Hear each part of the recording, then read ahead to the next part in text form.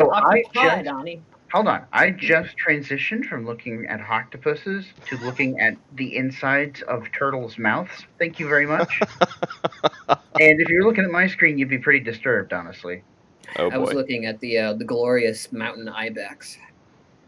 Oh, that's cool. Yeah.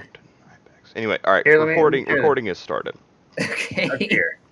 Yeah. So here's the turtle mouth that you all Okay. Let's all check this out real quick.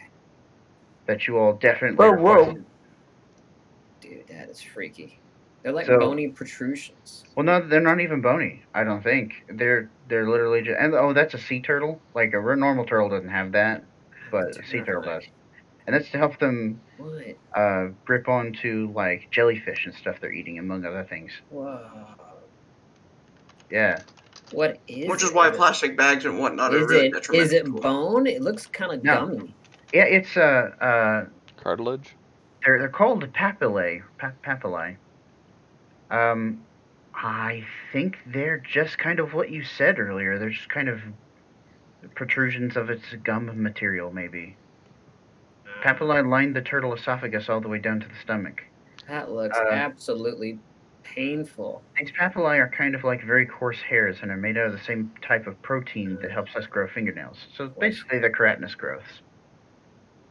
Dude, that's terrifying. Weird. How does that work? Do they just move their mouths and throat to chew up stuff? Yeah, and like it's kind of like a fish hook or something else, where like the stuff can move in, but then the papillae keep it from being able to move back out. So the jellyfish and stuff One they're of the eating. D&D monsters will have this junk. That really changes up what it means when you get keratin from Carbonimus now. Yeah. Oh, whoa, yeah. From inside their mouths. Ew. Okay. As well as that which is on their shell. You would think now that you would get at least a couple more pieces from them than All right. you do. Okay, let's. All right, so Donnie, I'm gonna give you the music, and you're gonna go. You ready? All right, let's do it. All right, 3, 2, 1, go. On Winter Falls. Lady Lindell, the fortune teller, Sibyl of Akraza, has breathed her last, as her loyal aide seeks to perform an ancient sea burial ritual.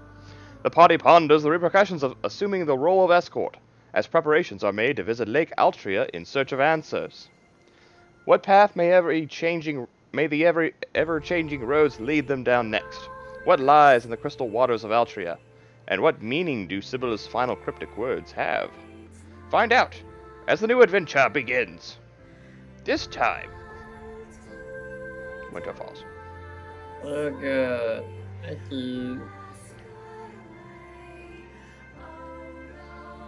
This is the Clone Wars intro. No, he gave us the core intro. Oh yeah. We could do like a dun da da da da da da da da. Anyway. Or you could have, Nick and I just sing off-key Mandalorian. or hey, wait. Has anybody here not seen the last episode of The Mandalorian? I have not.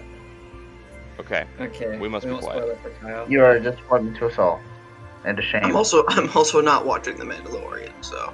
Why do you suck? I feel bad for you, Kyle, that you're not watching The Mandalorian. I feel bad that you are watching The Mandalorian. I just want to say I'm really picky about media. It's a good show. It is good. Yeah. I do not hand out unconditional praise like that. It is a great show. Because of the spaghetti space western. Yeah. Pretty accurate. Space spaghetti western. It is. It really is. No, that's exactly what it is. It's the spaghetti western of our time. And then they inserted dubstep whenever they showed the Dark Troopers, and I and then I just kind of looked at Nick and I was like, "Am I hearing what?" And he's like, "That's dubstep." If of all the times when Star Wars would have dubstep, it would be now. And I'm like, huh. And they made them so epic, and then Luke just goes and cuts them like butter for breakfast. It's like, I got like a Sounds real like a little Star thing to Crash do. vibe from those Dark Troopers in the last episode. That's the only like nitpicky thing I have about the Mandalorian at this point is that those Dark Troopers were not done well. Yeah. I think they were doing. Well, okay. I think I agree with that. I think they were done okay, at least, though. I liked him. Yeah. Yeah, I just feel like they could have been done smoothlier. Smoothly. Smoothlier. Yeah. Okay, so This is the guy that's going back to school. you guys currently stand just outside the tent of Lindell's fortunes. Her body, lifeless, bandaged, lying therein. As you all stand outside, thinking about what you would like to do. The sun has officially gone down. It is nighttime on the 17th of winter. But Wait. I I had thought to we run already over the moved. nothing. I Yeah. already moved back to Day Cathedral. Yeah. And then we had the gift thing. I don't recall. Yeah, Oh. Yeah. I do recall that. We had Yeah. a gift thing. And then there's the painting. Mhm. Oh, yeah. So it is the Painting. next morning, so let me adjust that. Yep. Ah. Yep. Awesome. Sorry, guys. I gave you the disclaimer. I like how my subconscious like immediately like zoomed in, like I zoomed in the Roll20 on the video to Day Cathedral because my subconscious was like, that's where we are. And then you were like, you're standing outside Lindell's Fortune. I was like, So I zoomed out and then panned over. That's why. My subconscious is smarter than I am. Only you listen to it. I have to I'm listen to my just kidding. I'm subconscious. just kidding.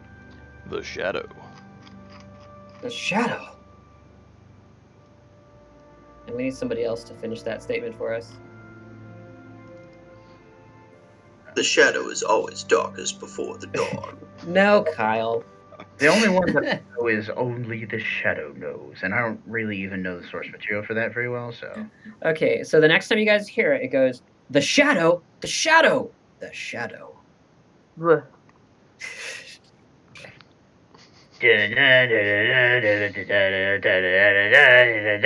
Astonishment, exclamation, resolve. Okay. that was the theme for Shadow the Hedgehog because that's like the only shadow. All right, painting disappeared. Come on. The next morning, Okay, morning. paintings disappear. The rest of your guys are getting up. It's morning Yeah. time. Dante screams. You're not Dante. Shut up. You're not Dante either. Shut up. I'm just waiting for them to go.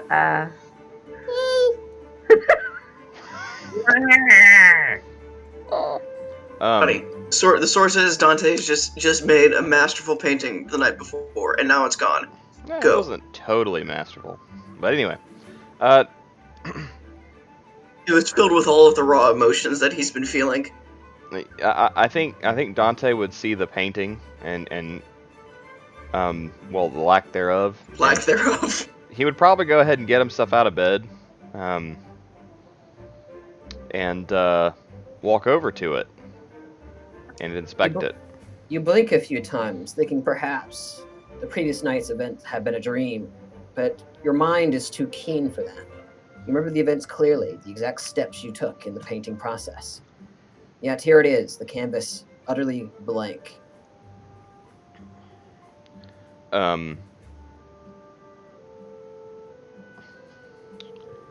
I think that Dante is going to do a detect magic on it. I just have to make sure that he's got that prepared. Technically, I have not cast my morning's mind blank yet, so that's still there. Ritual. Yes, I do have detect magic prepared. Dante will cast it. Okay. Aside from the inherent magical artifacts scattered about the room and on your person at present, you do not determine any magic coming from the canvas or the painting upholstery.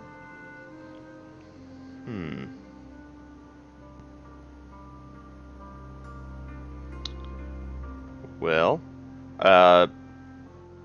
Dante's going to go ahead and take the Dante's going to go ahead and conjure a mage hand, and he's going to touch it with the mage hand. All right, you do that. The mage hand gently caresses the canvas. Whoa. All right. Well, so Dante will use the mage hand to take the canvas and roll it up, or detach it from its platform and roll it up, and Okay. Yeah, it's probably 5 pounds. You can probably do that. and curiously he'll pick it up and he'll carry it behind him on the mage hand, and he'll walk over to Edjarc's room. Okay. The mage hand floating with the canvas behind you. As you walk out of the room down the hall, the painting, or the empty canvas floating behind you as you go to knock on Edjarc's door. Did Dante knock?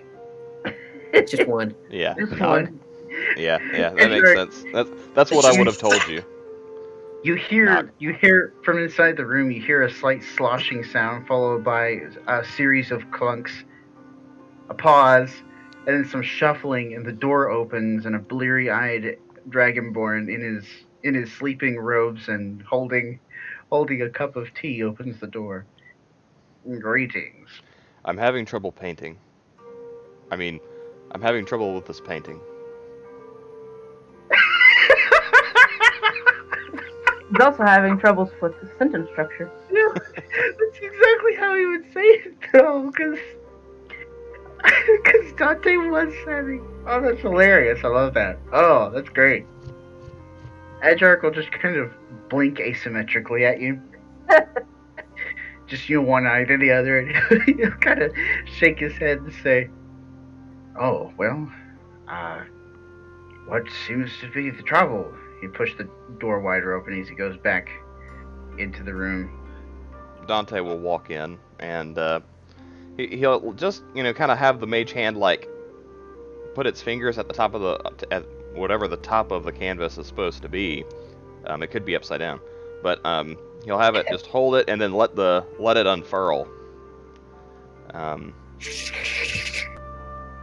He shows you a utterly blank canvas. You know that he hasn't even started yet. Edjarc will blink asymmetrically again as he sits down in his chair, and he will say, "You do seem to be having trouble painting. Unfortunately, this is not an area in which I am very well versed, but in my experience, it's usually pretty good to start with a brush and some dyes, maybe some pre-mixed paints." I have this massive urge to say, I only paint with white. But I can't. Anyway, no, I assure you that last night I had painted something on this canvas, but for some reason the image has disappeared from the face of the canvas. So Edjarc was kind of grinning as he begun speaking again because he was joking.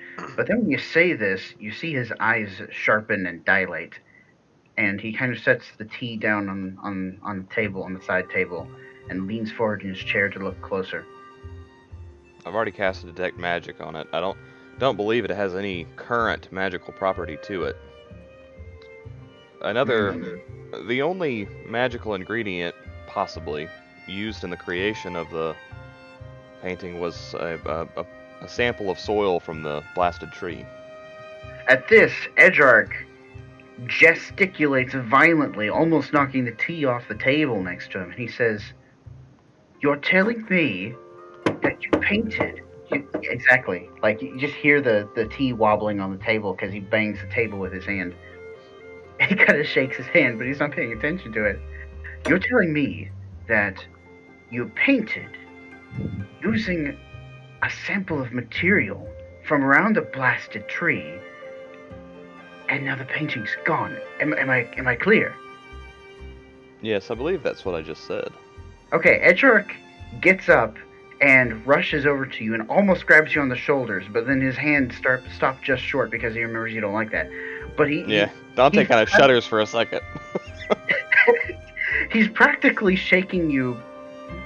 He would be shaking you by the shoulders.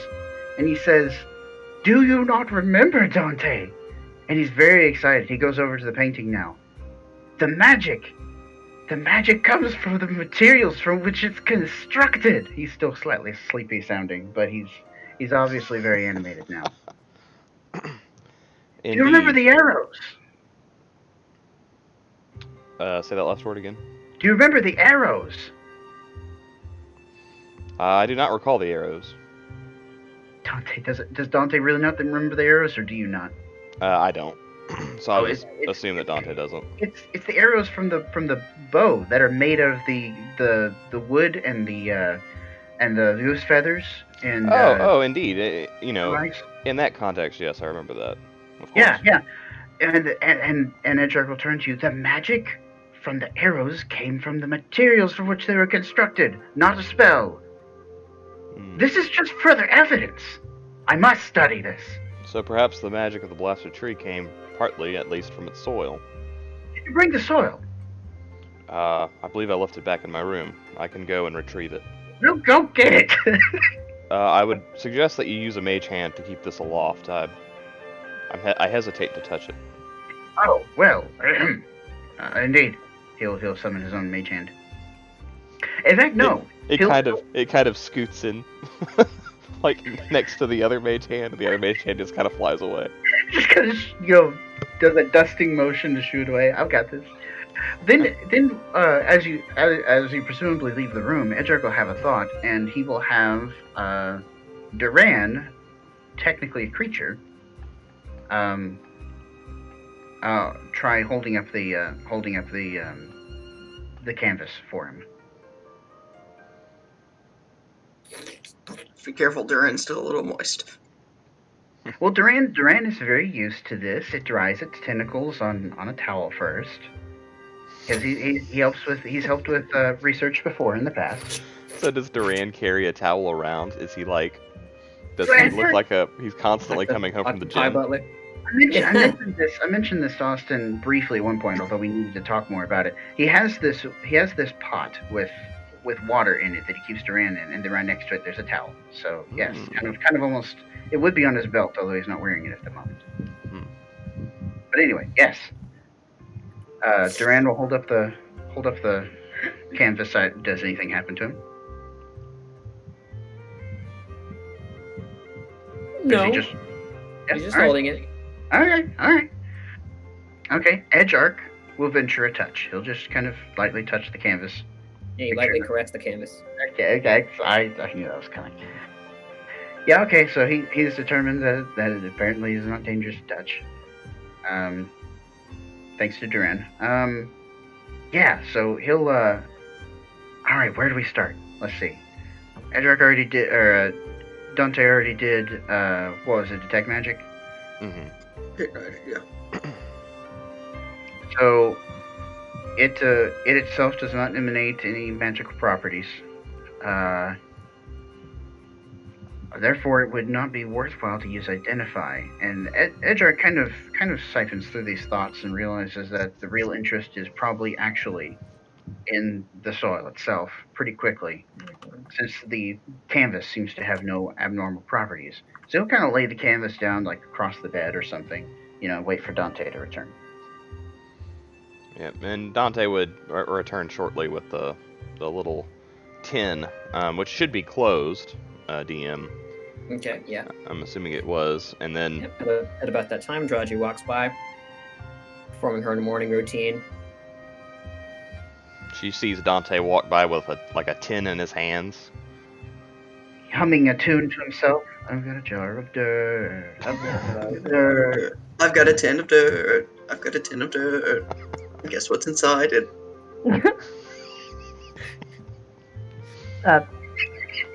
Good morning, Hey, Dante. Sorry. I was saying good morning, Dante. Dante nods. She raises an eyebrow at the tin and proceeds to go have breakfast. She doesn't really understand what's going on.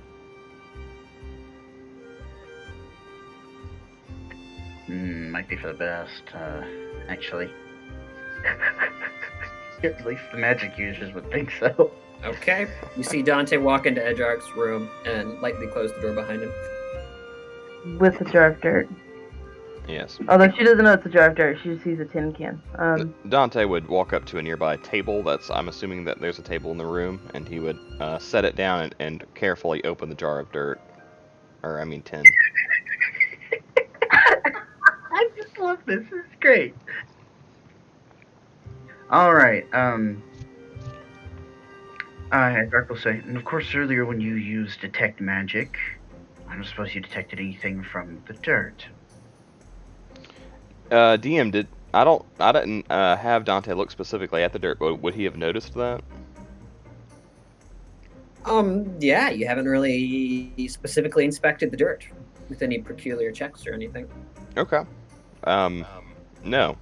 I didn't think to look at the dirt at the time. I was mainly interested in the canvas. You hear a crunch and a outside the door. Draji, you stub your toe on one of the tables. Rolling chance. Adding in random possibilities to the day, huh? Dear. The detect magic lasts 10 minutes, and I imagine it wouldn't have taken 10 minutes for this interaction, so he's probably still using detect magic. Can you just look at the dirt? That is, if he held concentration for it. Up to him. Yeah, I suppose Dante would have had the mind to get as much use out of it as he could. So, I suppose if it's within the purview of the 10 minutes, Dante would go ahead and look at the dirt.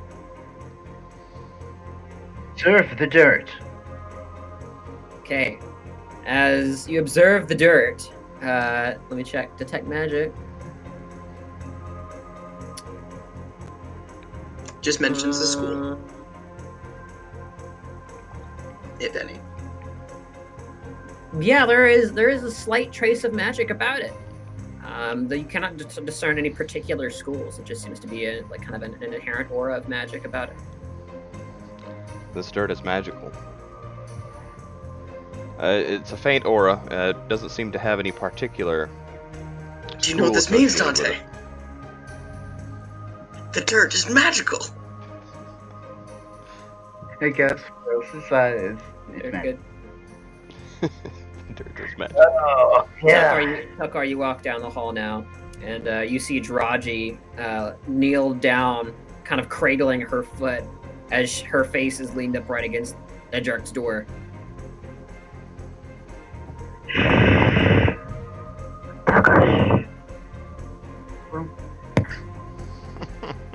She waves him over. I think Telkar would walk right up to the door and just be like, Draji, do you want a sausage? Loud enough for anyone on the other side of the door to hear. You want a sausage? Dante doesn't care. Good morning, sausage. Draji just has a defeated look. She takes the sausage, eats it, puts her ear back on the door. You guys hear Telkar say it, and then you just hear silence, and then the quiet sound of sad munching. As the research continues. We have important things to do today, and we're sitting here worrying about morning sausages, stub toes, and magical dirt. Yeah, we are the people who are going to save the world. Oh, man. Oh my goodness. So, okay, hold on. All right, hold on. Did you say a class for the magic? Or No, it doesn't appear to have any school associated with it. All right. Edjarc would be especially fascinated by this. Intriguing. And with that, he will cast Identify, which is a spell he has prepared today.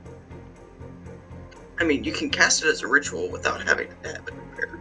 I mean, that's the thing about Edjarc, is that in moments like these, he's too excited to be moving forward. He's just going to go ahead and use the spell. Okay, yeah. You put it down on the table and draw a small chalk outline around the tin of dirt. As you informed Dante, this could take a little while. As Draji continues to wait with with bated breath, only occasionally disrupted by sausage. Telkar, what are you continuing to do? Can I? Wait, I just want to make sure. You said it's going to take a while. I was saying that he's going to use the spell instead of the. Oh, you're gonna use the spell slot. Okay, yeah, sure. Yeah. You fire up the circle, and then with a snap of your fingers, I mean, it takes a minute. you identify the dirt as blighted soil. Essentially, Yes. the opposite of blessed or hallowed ground. Blighted soil is the source of all kinds of ailments, curses, and sicknesses. Yes, just as I thought. Can we get is there such a thing as an item description or similar that you have prepared? Or is this just, that's pretty much what it is? That's it, really. That's it. What can I roll to see what all I know about blighted soil, or is that it? That's the gist of it. You could ask particular questions. All right. If that's the case, I'm going to have a lot of questions. If blessed or holy soil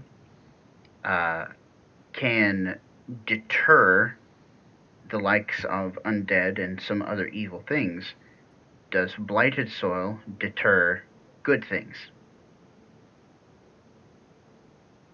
Well, it's a little more complicated than that. You believe long-term exposure to be key in inflicting most of the bad stuff associated with it, at least a few hours.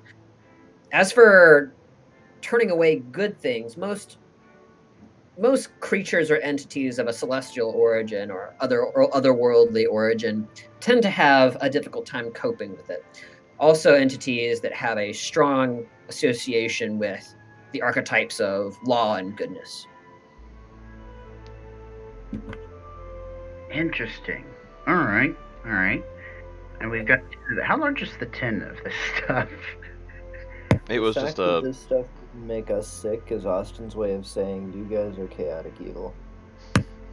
I was imagining that it was about like a cup's worth, like a cup, like, you know, cooking cup. Interesting. Okay, is that accurate, DM?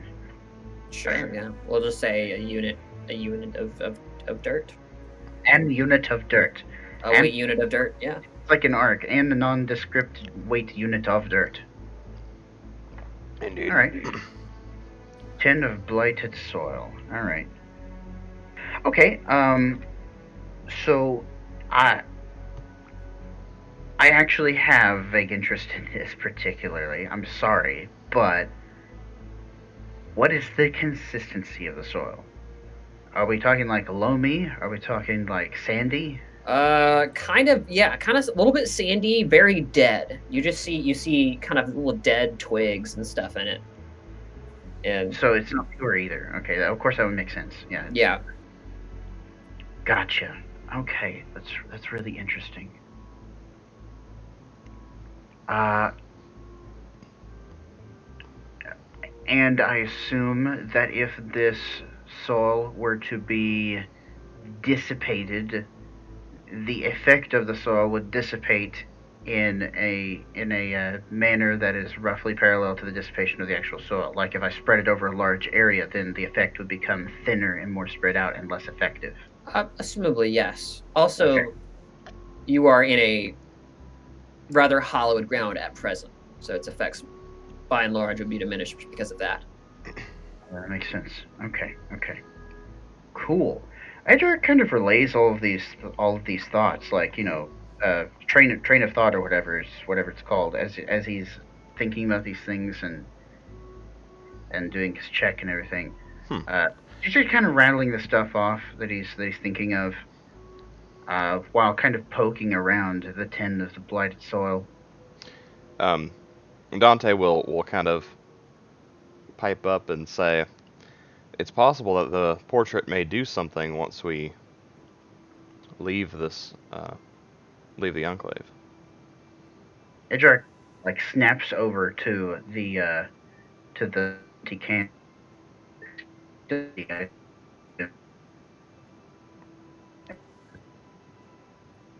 You're breaking out. Edjarc says, I shall want to produce some tests. And, Indeed. if Dante will This look point- out the window.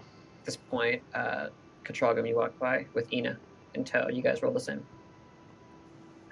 everybody's just leaning against Edjarc's door. At this point, This is after, obviously after Katragam woke up early to get his morning routine out of the way. Oh, yes. Mhm. This is just you Obviously. leaving your room and walking down. at this point, if Don- you want to move on to someone else, if anyone else has anything to do other than Well- listen to Edjarc's door, you could do so, because I have some stuff to write and think about. Yeah, but Dante would look out of the window and DM, what time of day are we getting to now? It is probably a late 7 o'clock.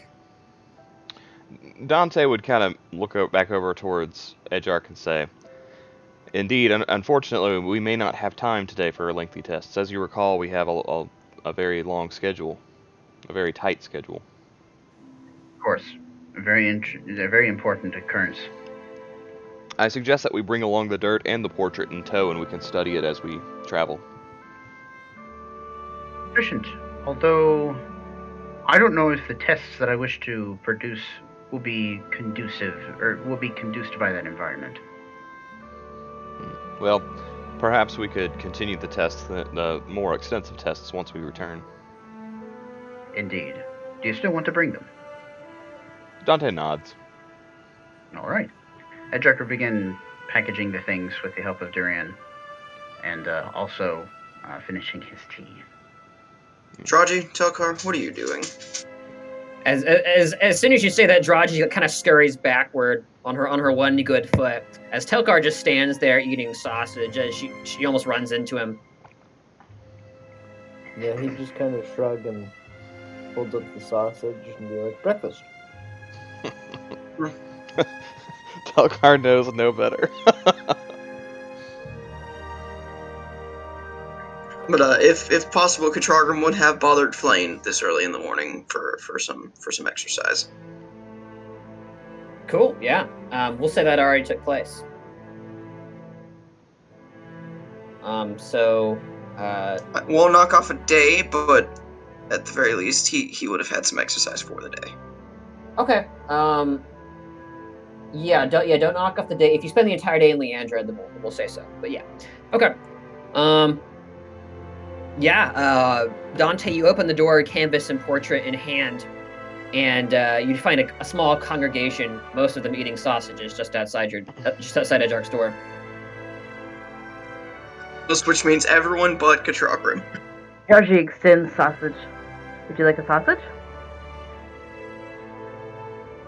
Dante kind of looks at her for a minute, and then he nods. And then he'll go ahead and take it. She continues to nonchalantly eat the sausage like nothing happened. I'm gonna look like everything's cool. We're just all that's the wrong. I did that wrong. But yeah, you see it, DM. Oh yeah. Okay.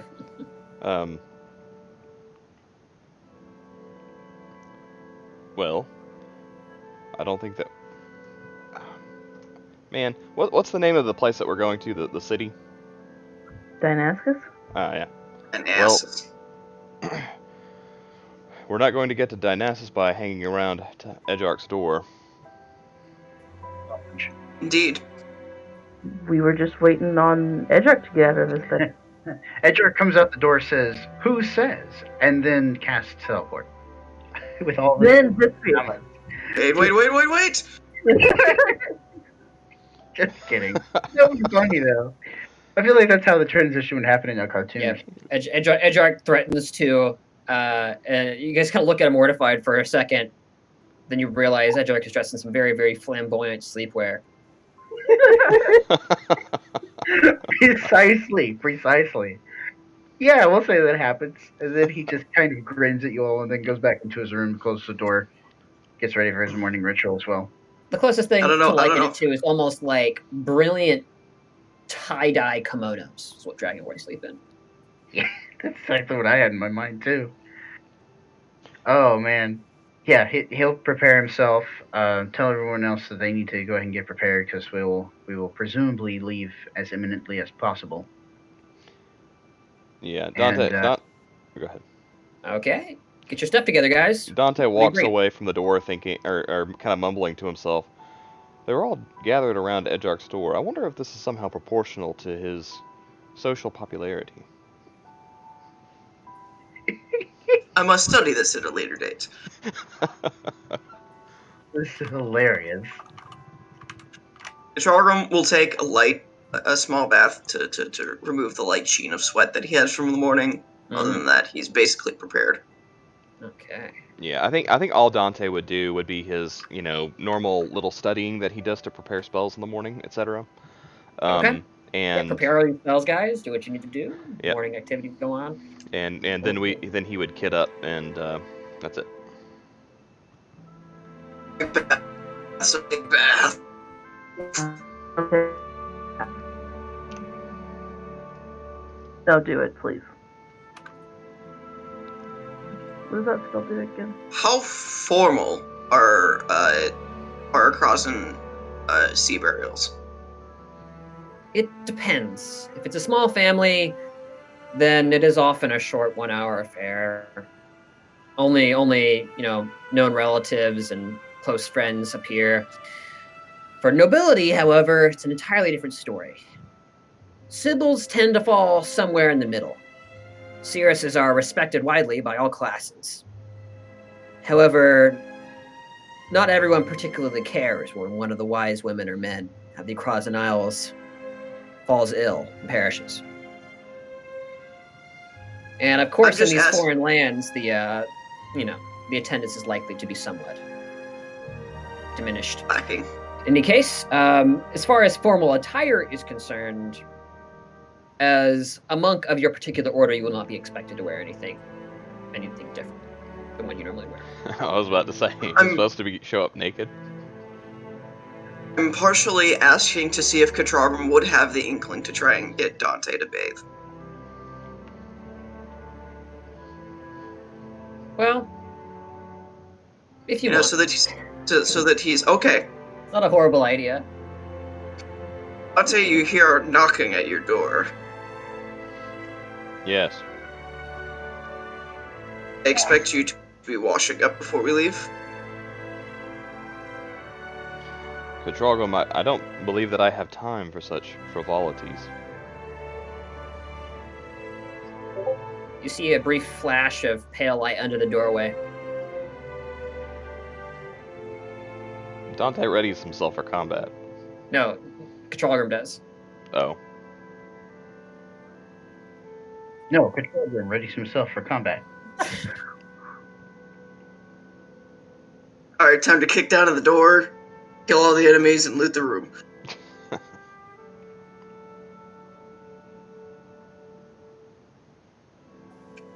It is not a frivolous action, Dante. It is a request. Dante kind of stops and kind of puts his, looks up. Do you have a particular reason for this request? We are going to a funeral after all.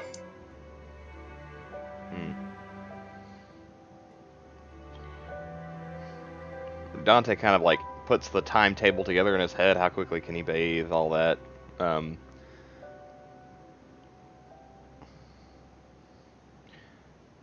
I believe that if it will help your goal with this funeral, then I suppose that taking a few moments to bathe would not hinder our journey that much. If you will excuse me, I will do that immediately. Okay. And then Dante will go and he'll. I'm assuming that there's probably a bath. It's been a while since I've seen the Enclave interior. Yeah, so. there's a bath bucket. Yeah, it's a washroom. Dante will draw the water and heat it up with fire if necessary, and get in and bathe. Create bonfire. Create bonfire. Okay. To what extent are you trying to bathe? I have to ask because you're Dante. The bare necessities. Okay, so just water. Yeah, well, This he would experiment with soap. necessities. Experiment with. About your worry and your strife. It's like he's bathing and he just kind of looks at the soap sidelong and he kind of reaches out and Yeah. with his Not, with his not finger. familiar with the concept of soap, it slips out of your hands onto the floor and begins to slide away as if it's of its own volition. Mage hand. Slips out of the grip of your mage over. hand. Floats over like one of those grabber games that like slowly comes down. Attempts to pick it up, roll me a dexterity check. Oh no! Oh man. Oh my! This is brilliant.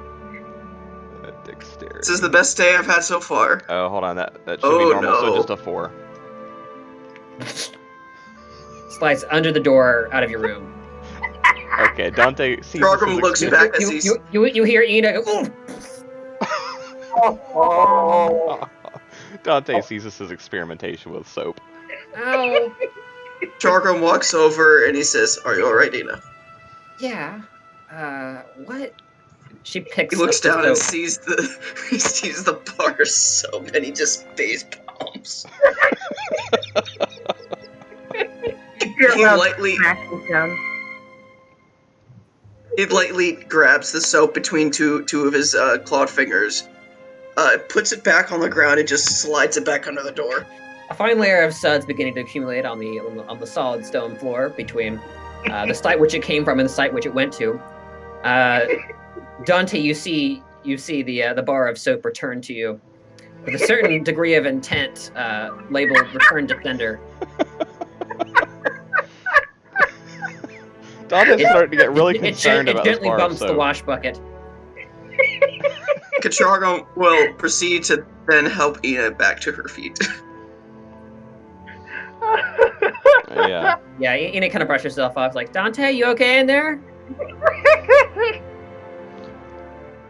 It seems he's having a little problem with the soap, being unaccustomed to it and all. Draji here, so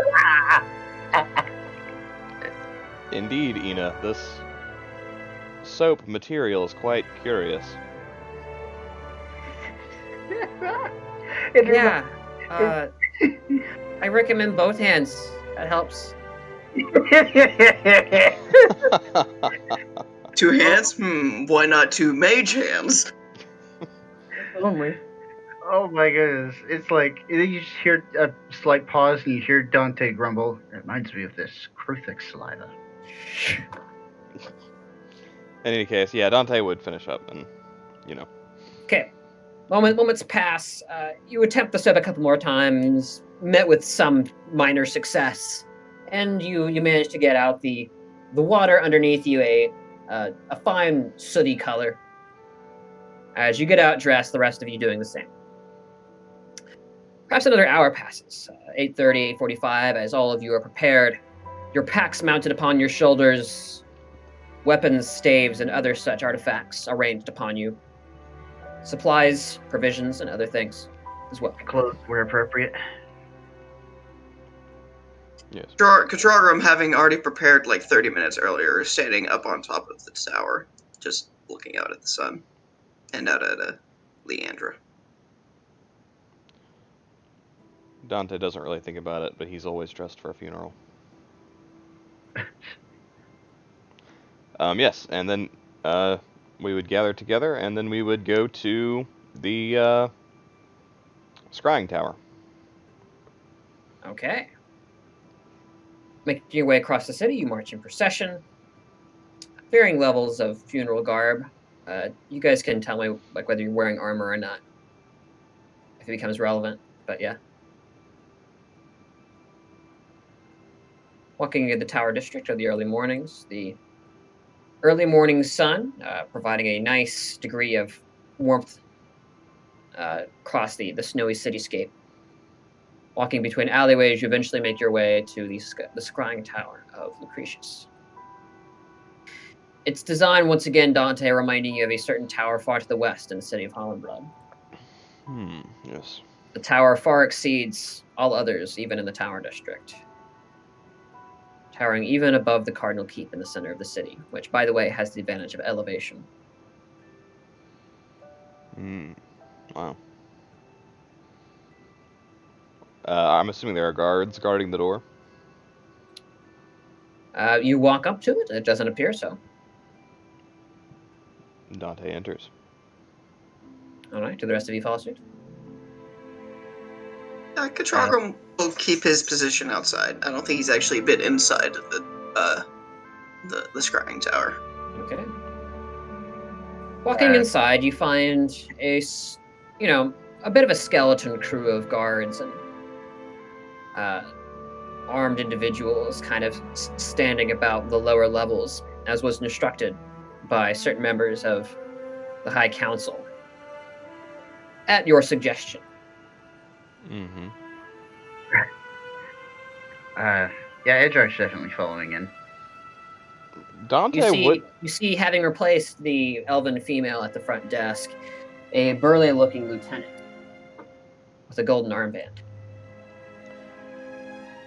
Dante would just attempt to go up the stairs and see if somebody stops him. Yep, a simple palm is held up. It says, apologies. Need direct permission. Who sent you? Dante cocks his eyebrow, looks over towards Draji.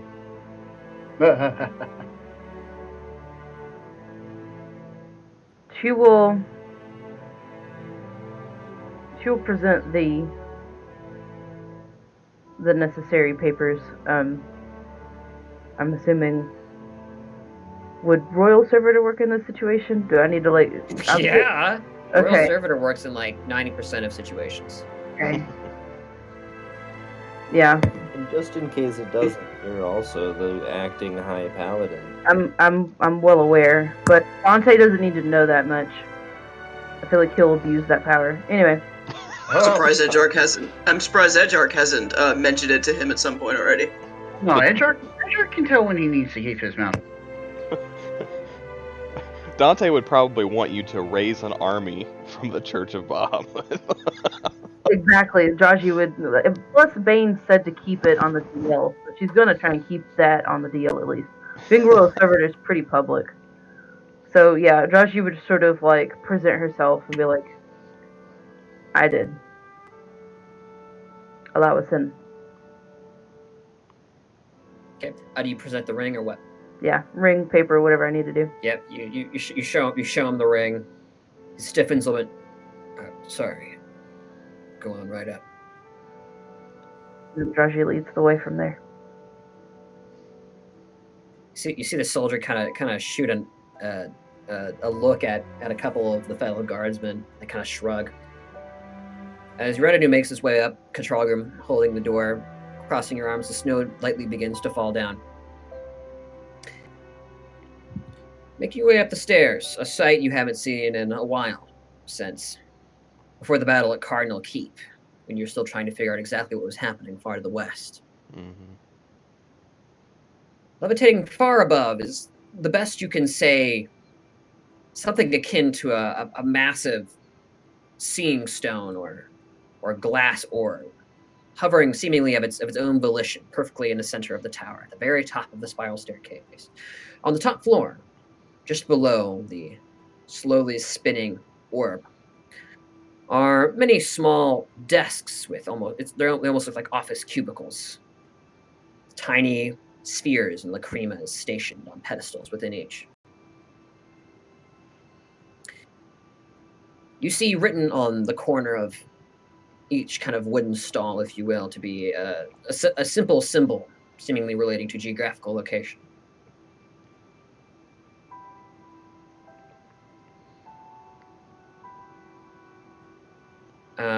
Draji, probably Dante too with the history. You would know the seal of Dynassus to be a boar seemingly under a arched gateway. That's cool. Yes. Dante would seek the boar. Okay. Going from stall to stall, you quickly find it. Currently being used, actually, by a young woman of apparent noble birth. She wears light pinks and purples. She gazes into the lower cream at first and kind of just barely notices. She's like, oh, apologies, for a moment. Do I recognize her? You do not. Does You're she safe. wear anything that kind of gives away her family name?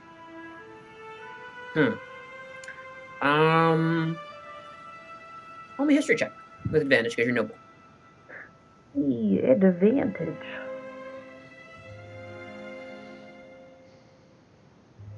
With 15.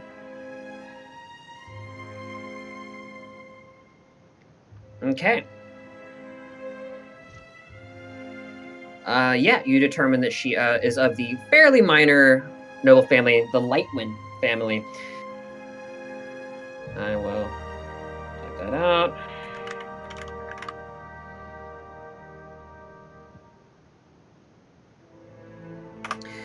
They are known for their prosperity and trading business. They're known as a noble family because they essentially rose from peasantry, if you want to call it that, by simply becoming more wealthy than everybody else. Their influence grew to a point, and from what you've heard in current events, it has been going back down with the market decrease in imports and exports. With strange happenings overseas and all. Yes, and with her family being directly tied to being merchants, that she would be concerned about what's going on. After a couple minutes, assuming you politely wait, she stops. The orb goes foggy, and she's, apologies. Oh, hold on. I must say I'm abashed. You're the Cardinal Heroes, aren't you? Draji gives a polite bow. Pleasure. I'm sure whatever business you have is far more important than mine. I'm assuming that you're concerned about the trading that's going on over in Dynassus. Yes, quite right. It's not much to be done, I'm afraid. All of our sailors and good men have all become quite happy to stay on land in recent days. Have they explained any reasons why? Mostly sailors' stories. You know how they are. Tell me. There's talk of horrible sea serpent to the north. And they say our western neighbors have deigned to cease trades with us for some reason or another. Thankfully, most of our imports went from Akraza. No offense intended, but our imports tended to be more on the side of military hardware. Severia, mostly. In any case, I shouldn't be giving away trade secrets. But that's what they say. I don't know what to make of that, but I thought I'd at least see what the orb could tell me about the nearby seas. Seems a bit of a fog has rollen in. Now, if you'll excuse me. Draji will politely good release. luck, all yes. of you. Yes, Draji will politely release her. And then sort of like motion towards the orb for Edjarc to look at. Edjarc, with a claw to his chin, will also give her a polite nod as she passes and say to himself, "A fog today." All right, And one moment.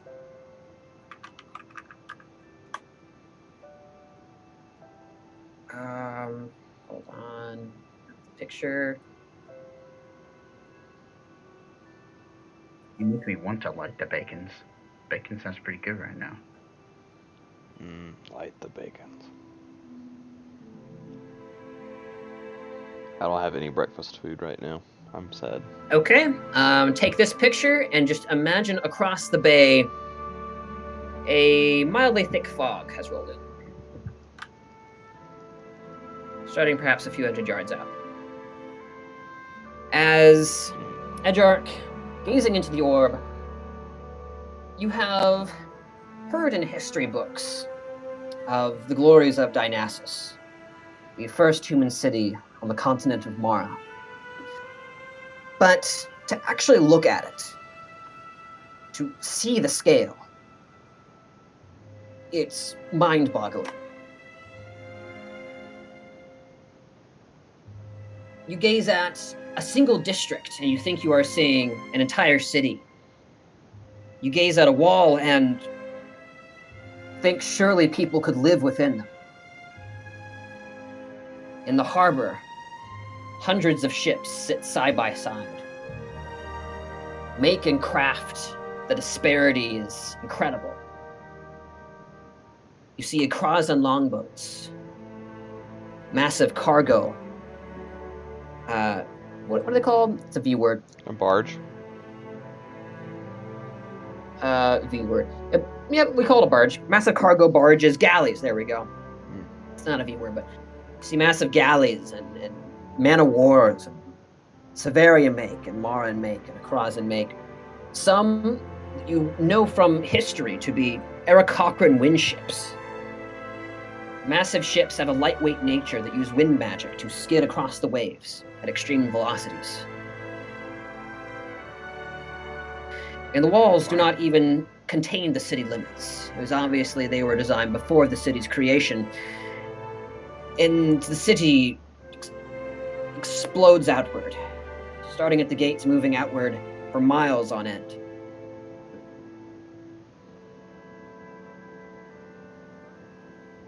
Takes you a moment to remember what you're even looking for, or why you intended to gaze at it initially.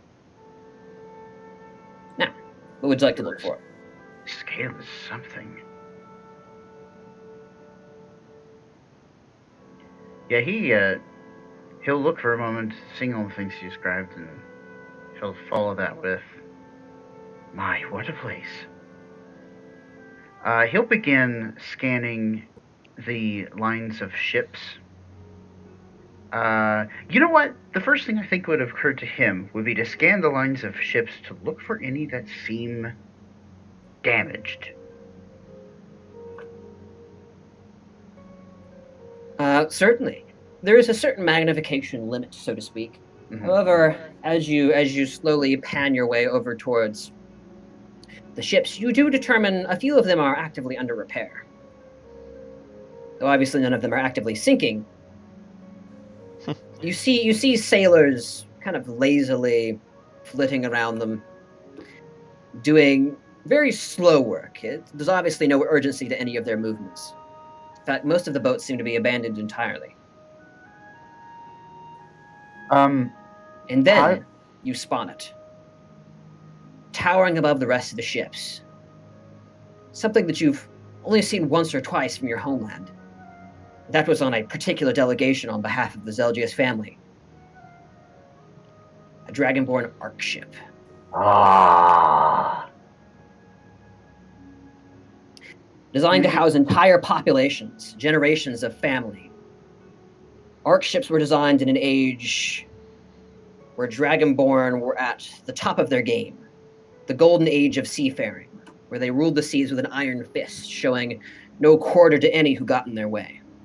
Floating fortresses, the Ark ships can hold thousands of people and boast the strongest armaments known to your nation. You hear that sound emanate from Edjarc when he sees it, and you'll hear him say to himself, there's an Ark ship in the bay. He as excited as he is, he'll probably talk about this later. Maybe even tell her. But he'll try to keep his mind on task, occasionally looking back at the Ark ship just because he can't resist. But the damaged ships, can I make I assume this would be a roll, to determine the nature of the damages, trying to determine what might have caused them, what kind of force might have caused them. Though it's difficult to tell from a purely aerial perspective. You can tell that most of them seem to be patchwork emanating from the bottom, as though leaks suddenly sprung in the hull, and not surface. Dwarves aren't really known for their ships. Most dwarves kind of tag along from far abroad.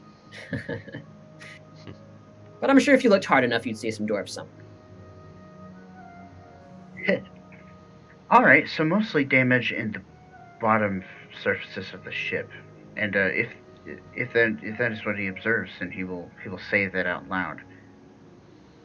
And then he'll remember that he's being listened to, and he'll quickly explain that he was looking to see what kind of damages might have happened to some of the ships that had come into port recently.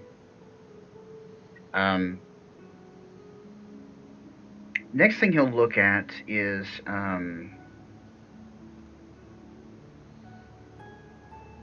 so I assume that this being such a huge port and being a center of trade and everything, he'll just make a cursory check to see if loading and docking operations are as slow as the repair operations are. You know, I assume there are cranes and things probably not being operated right now. Yeah, certainly. Okay. How far did you say out to sea that can be seen despite the fog? Oh, a few hundred yards at the very least. The fog seems to just be kind of outside the bay itself. I see. I don't suppose there's any way through this forum that I could tell whether it is natural or not. Likely not. If you attempted to use detect magic, you would detect the divination magics from the orb itself. Yeah. Okay, that makes sense then.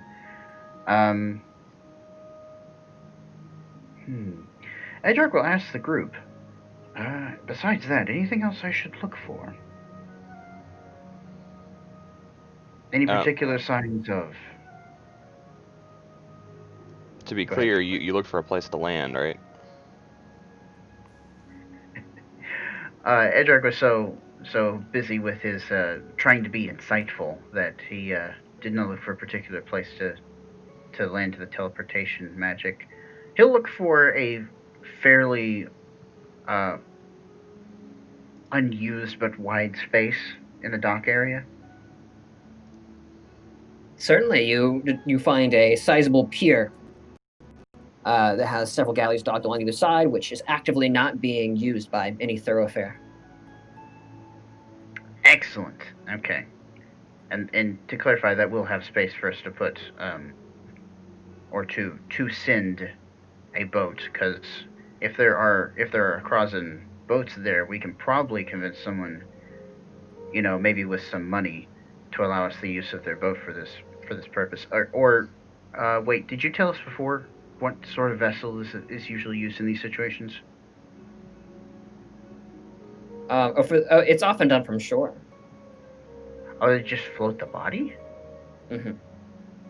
Oh, I thought this was going to be like one of those Viking things. You know, they shove the boat off from shore and watch it go. Kind of. Okay, all right. Okay. So there's the piers, so it's important. Okay, cool. So Edjarc will take a moment to find that, and he'll say, "Yes, I've found a suitable location. It would seem all is calm on the seafront at the moment. I will commit this location to memory for use of the teleportation spell, and he will do so." Okay, yeah, you commit that particular location to memory for sure. Excellent. And he'll start to step away, and then he'll just kind of double take, and he'll be like, Katrogam. Katrogam's outside. Oh, that's right. Well, he'll want to share it with somebody. It'll bother him, so he'll turn to Telkar and he'll say, "Telkar, take a look at this." Yeah, Telkar will look. He'll take Telkar over and he'll just kind of point out the Ark ship and be like, "Observe."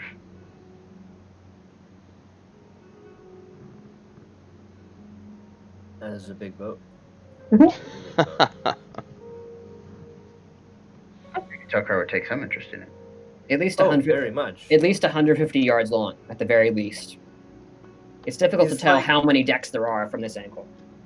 Telkar is like simultaneously feeling a little seasick just looking at the boat and also just marveling at the engineering that went into making something that big float. And presumably there's interesting stuff on the decks and whatnot. Limited detail, of course, but Edjarc, grinning to himself, will kind of lean back. And he'll say, "I just thought you'd want to see that." You can tell he's a little bit proud of it. And then he'll say, "Well, all right. I have the location for us. Nothing particularly interesting about the fate of ships going in and out of the harbor, other than some mostly bottom side looking damage to some of the ships that are being repaired. The dock is, of course, very inactive at the moment, just as our friend earlier dictated. But yes, I'm ready to perform the ritual whenever we need to. Or perform the spell whenever we need to." Indeed. Let's go meet Katralgrim down at the bottom of the tower, and then we'll teleport there. Excellent. Oh, and indeed, we must meet up with our attaché and the body.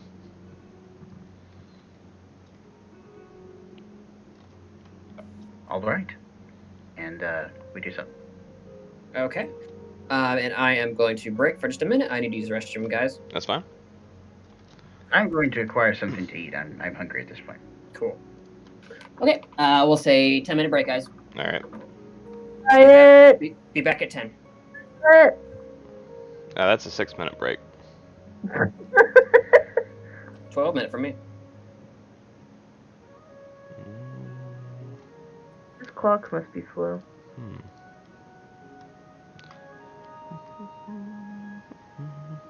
I'm gonna take a nap. Someone wake me up when Austin's back. Okay.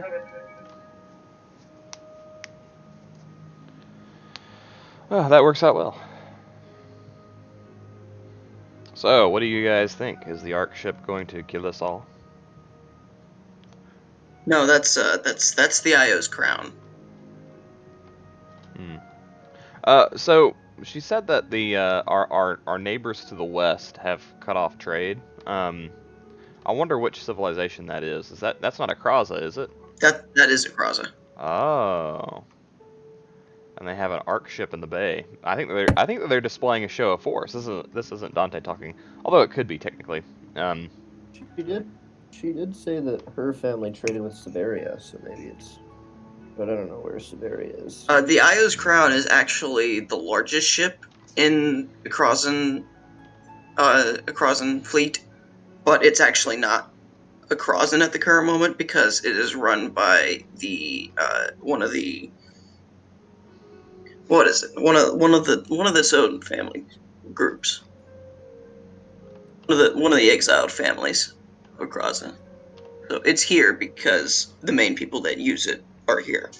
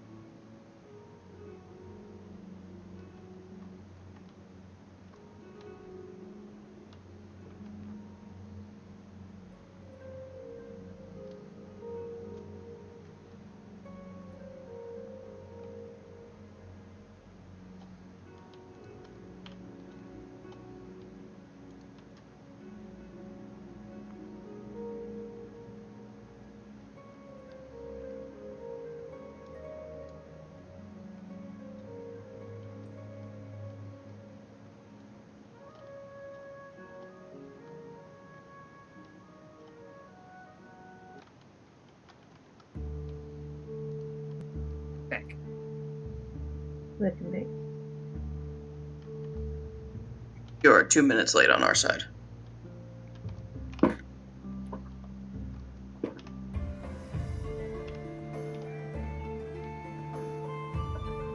Tisk tisk.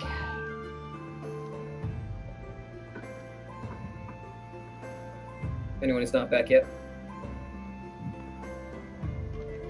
Nick isn't back yet. Okay.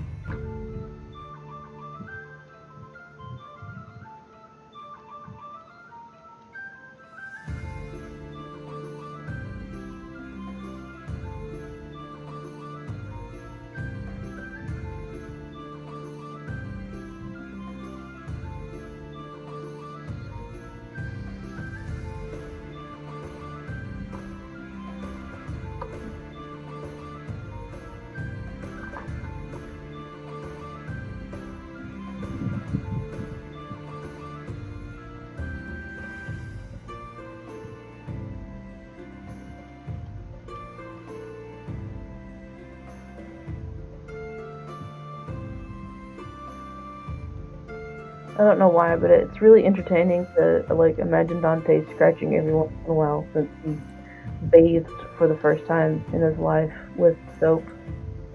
So his skin might be a little irritated. It's just fun.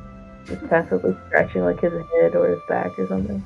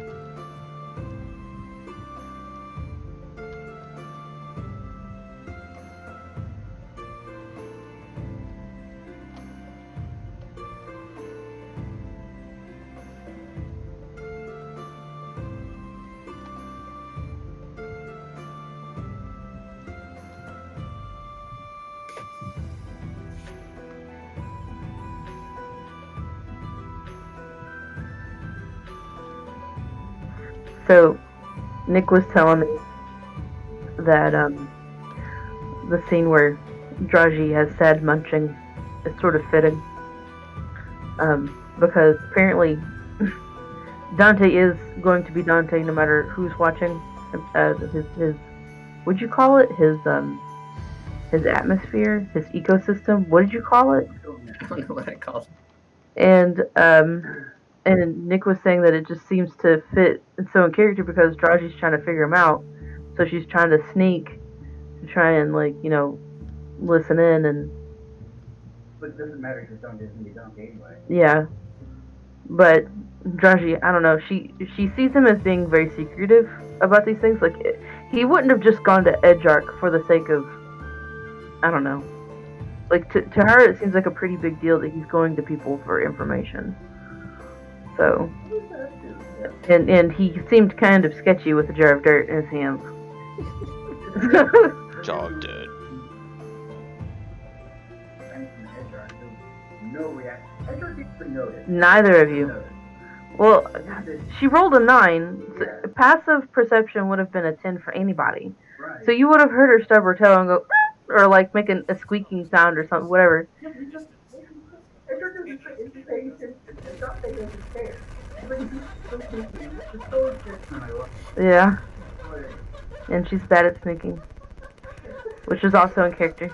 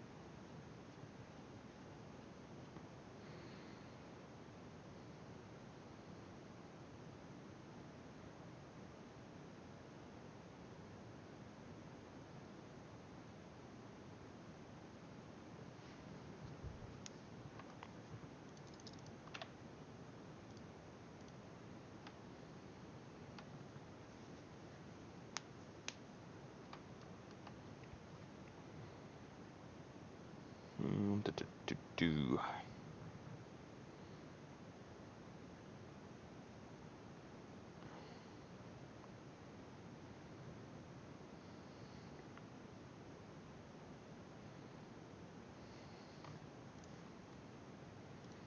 I say hey, ho, rolling down the plains, stealing wheat and barley and all the other grains. Da-da-da, hey, ho.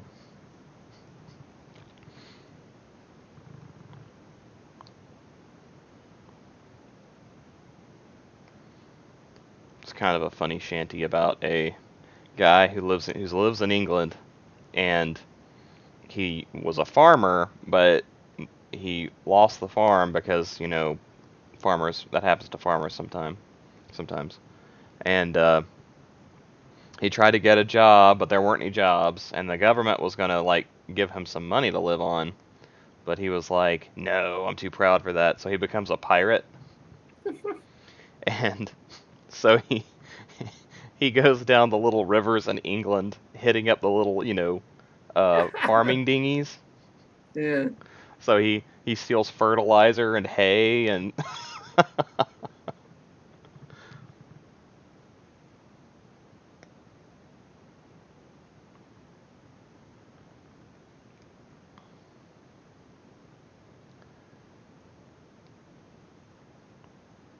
and it gets to, at the end of the song, it's getting towards winter, and he realizes that his pirate days are over. It's pretty cute. Yeah. What a mad lad.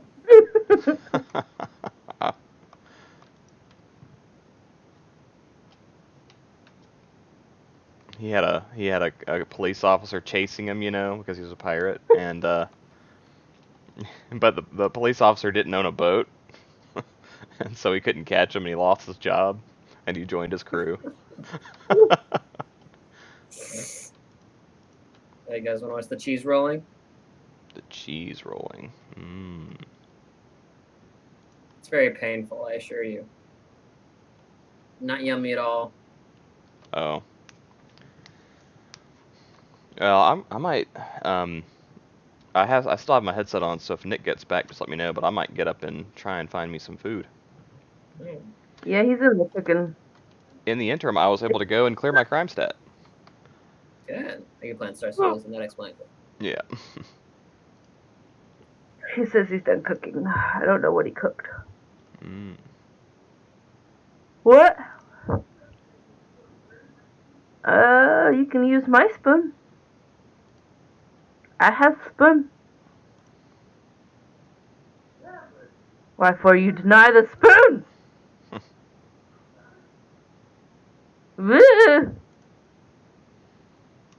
You were so confused. Did you put it in the sink? Have mercy.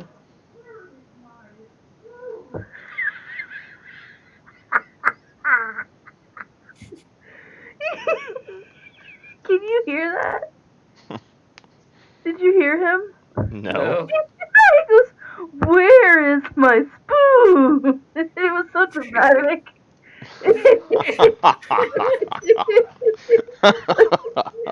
Like the look of just utter He's so sadness. vehement. Like, He's just...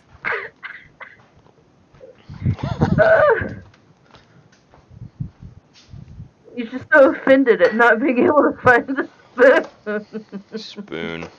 There is no spoon.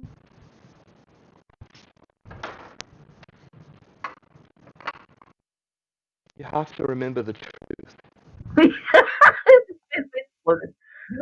You say that, but we actually have a problem with having not enough food. I feel like they're always gone. Well, no, we had some, but some of them broke because they're stupid Walmart cheap crap, and they broke.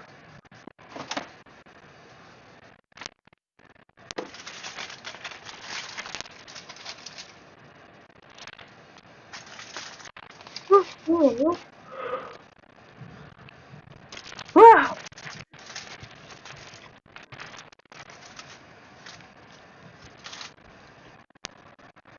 Cheap Mart wall crap. Okay, I'm here. What? It's a really good scream. Austin has it on lip, change and then do it again. Yeah, do it again. I didn't see it.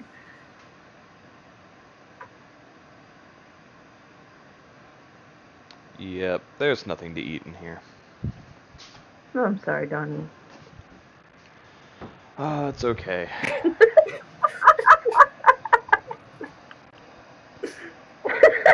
You see Tom. Tom's just so happy.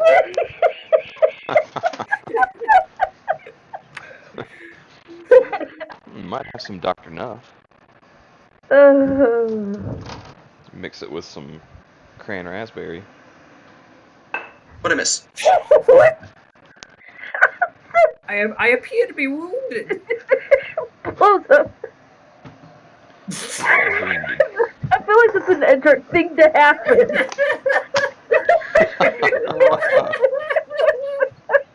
What's going on?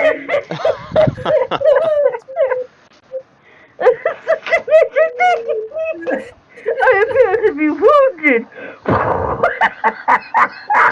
Oh, no. The Christine laughs are now uncontrollable.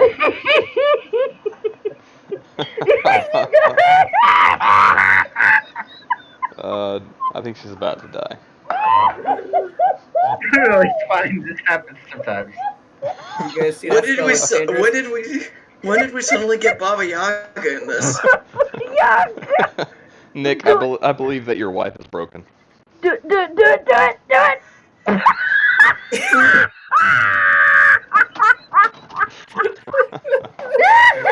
Oh boy. spell looks dangerous.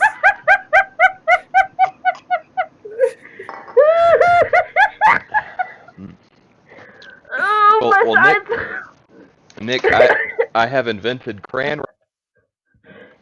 What? He has a flamethrower. Great jacket. Oh my goodness. Austin, where do you find these? You got a playlist. I'll hook you up. Oh no. Oh my. It's so fast. Well, where's What? He almost looks like a ragdoll at that point. Yeah, he does. How did he not break his legs from spinning that fast? Probably did. Probably dislocated him at least. Oh, it looked like they were dislocated somewhere in that slow motion camera. Aw, puppy.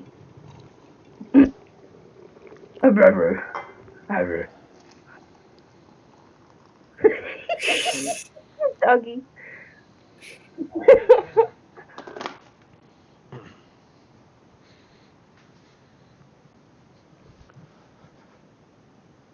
But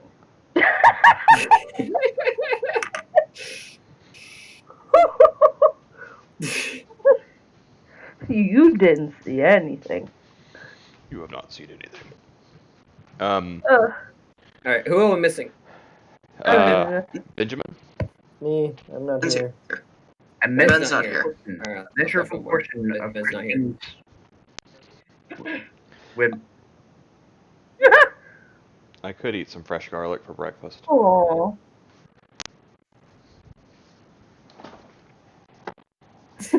Really?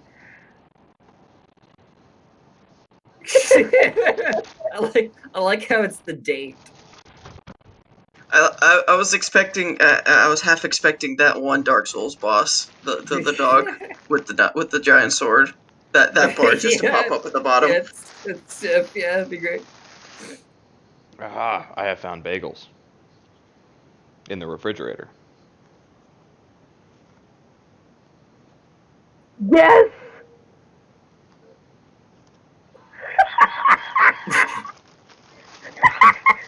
When you all attack an arc, or when you all follow. When you press J. Yeah, when you press A. Yes, I'm aware of these pains. All of your tames. That's what Donnie sounded like when he pressed that. Hey, do you remember that video I sent you guys, or was it a GIF of a guy being surrounded? No. Oh wait, no. That's it. That's the sound that Nick made whenever all of the tames started water falling over the cliff. Mhm. Oh, are you talking about the cat going? "Rrrr"?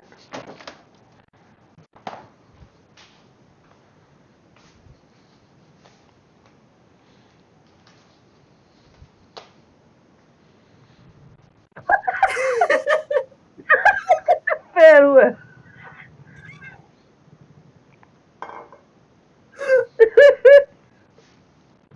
Yes. Rest in peace. That's amazing. I'm not When the scared. barbarian decides to loot his friend's body.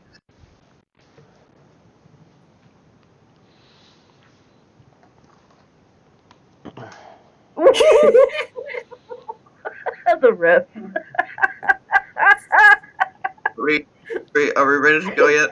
Are we still waiting on Ben? Yeah. Well, I mean, it's his job to make sure that both of the shoulders are on the floor. So, Donnie went to go get bagels. Uh, Donnie has acquired bagels. Mm-hmm. Well, I'm making it into a special bagel, but I can play from here for a little bit. she's really happy about it. oh, this is a Lowe's photograph. She killed my mother's dog. All right, last one. We'll get back into it after this. Hold on, we got one more. Oh, rolling down the plains. Good old Weird Al. Yeah. Is that? I was just thinking, this guy looks like Weird Al, and it seems like people who look like that are funny like that. Is that him? Yeah, that's Weird Al. Oh, I've seen that before. I didn't know that's Weird Al. I think your statement is accurate because the only person who really looks like Weird Al is Weird Al. Yeah. So people who look like Weird Al are funny like Weird Al. You look at Weird Al. It's like, pretty funny like Weird Al. Man, you remind me a lot of Weird Al. If I ever I'm meet I'm him, trying to that's what fix I'm going it. to say. I would say that out of all the celebrities that I could meet, I think Weird Al's like number one on my list. What are you doing, Austin? I wasn't intentional. Out of that video like autoplayed or something. I'm trying to get back to the hot list or Civ. All right, somebody else is playing this. Hey. I'm not playing it. Somebody puts in the beat. That's great. Stealing me all the grains. And it's hey ho.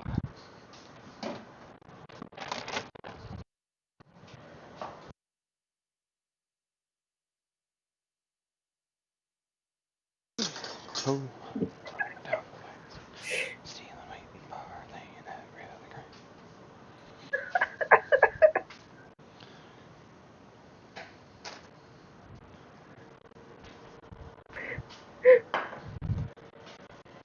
The fact that somebody went and found videos of auctioneers and then put in the beat. The wave Hey! music is really good. I would buy that tape.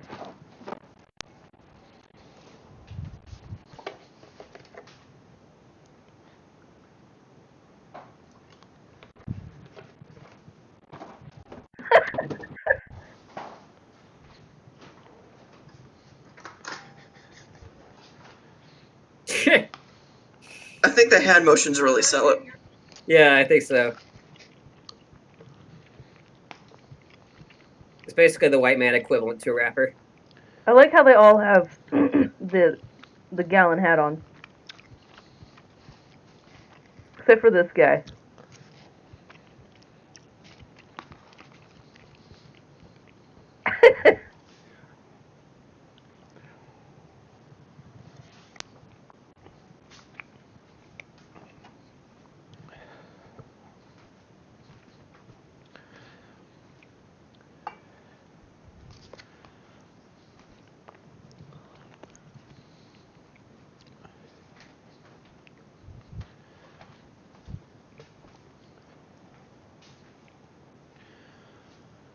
Like, I feel like I need a translator to understand auctioneers.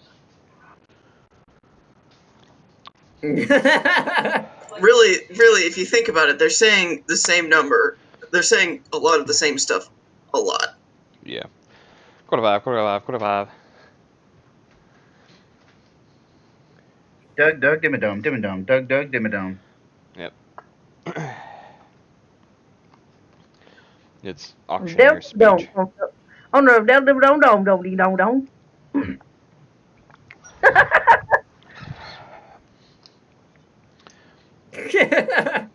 Yes. Kirby music. Here we are. Oh, no, wait. Nope, here we are.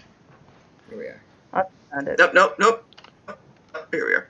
All right, guys, let's get into it. All right. Now that I've thoroughly broken my microphone and poor Donnie's recording with my laughter. Yes. Yes. All of that was on Edjarc, recording. Edjarc casts Acid Splash because that is the most appropriate thing to do in this situation. I'm sure. Where were we? You would destroy many valuable things. Oh my eye! I think it's my turn, so I go to swing. I punch like 4 times. Okay, you guys walk out of the tower. You see Katragam standing at the bottom, crossing his arms, cross-legged in the snow. In a meditative stance, of course. We have the Are information we any need. of Katragram's limbs not crossed? Next, when he Even opens his eyes are crossed. Eyes are crossed. Like, you good, buddy? I think the cold got. In reality, Katarkram has already died of frostbite. Rolling up a new character as we speak. Oh. Okay. Yeah. So you guys are together again, having acquired new information. What next? Katarkram hears the door open, and so he fluidly moves back to a standing position. Have we been successful? So, I just want to interject. If Katragram moves to a standing position every time he hears the door open, does, like, people filtering in and out cause Katragram to go up and down and up and down? Yeah, and it keeps the up and circulation going. He's got to do something to keep him freezing to death. He's getting to the point where he can just levitate up. He levitates up and then he unfolds his legs beneath himself. No, he was in a meditative stance, like 3 feet above the ground. 3 feet above And the air. he just unfroze. Splice! 3 feet above the air. Splice! It really helps if I meditate in the outer atmosphere. Clears the mind. Really does. So to speak, it would. Of Clears everything. it right out. Yeah. Out your ears. Okay. All right. I suppose we head towards the Cirrus's tent to see where people are and conglomerate ourselves. Yeah. And along the way, Katragram will be stopping any Dragonborn nearby and asking if they have any trinkets we could borrow from Dynassus. Oh, interesting. If they have any trinkets, stopping any nearby Dragonborn as we move to the Seer's tent, and asking them for if they have a trinket from Dynassus we could borrow. A trinket from Dynassus. Yeah, that's really smart. Oh, I see. Yeah, I see the spell. Yeah. Okay. Borrows trinket, teleports away. Yeah. So yeah, you just stop a random Dragonborn. And it says, Or to potentially point us in a direction towards any Dynassus Dragonborn. well, he kind of takes off his sandals like, you could have this dirt.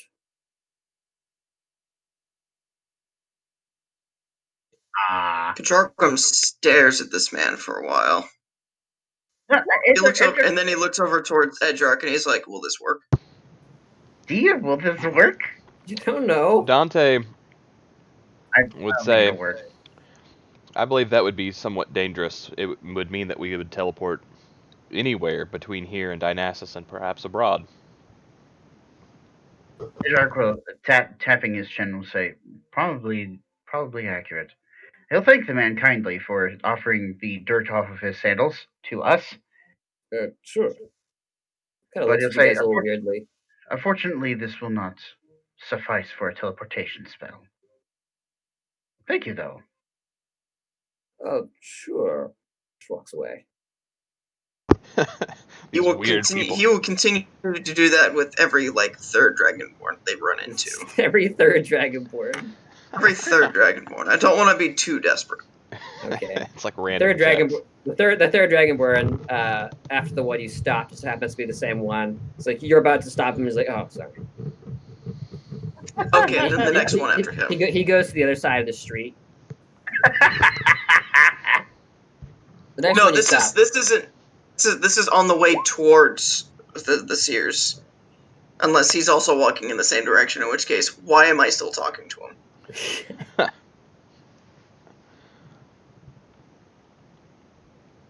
We should be fine without it. Hashtag should. What even comprises this trinket? Why is it from Dynassus? If it's been other places, is it not from those places? Does it have to be made in Dynassus? Is that what you're looking for? If you're questioning the existential nature of trinkets, does it break the spell? Katrogrim is staring at this Dragonborn for a while. Obviously, a scholar of With a some very- sort. Okay, wait, hold Obviously, on. a scholar of some If sort. it's obviously a scholar of some sort, Edjarc will deign to explain. What my compatriot here means is that we're looking for an object associated with Dynassus. You see, I wish to cast a teleportation spell to take us there very soon, so we're looking for something that is associated to aid with that spell.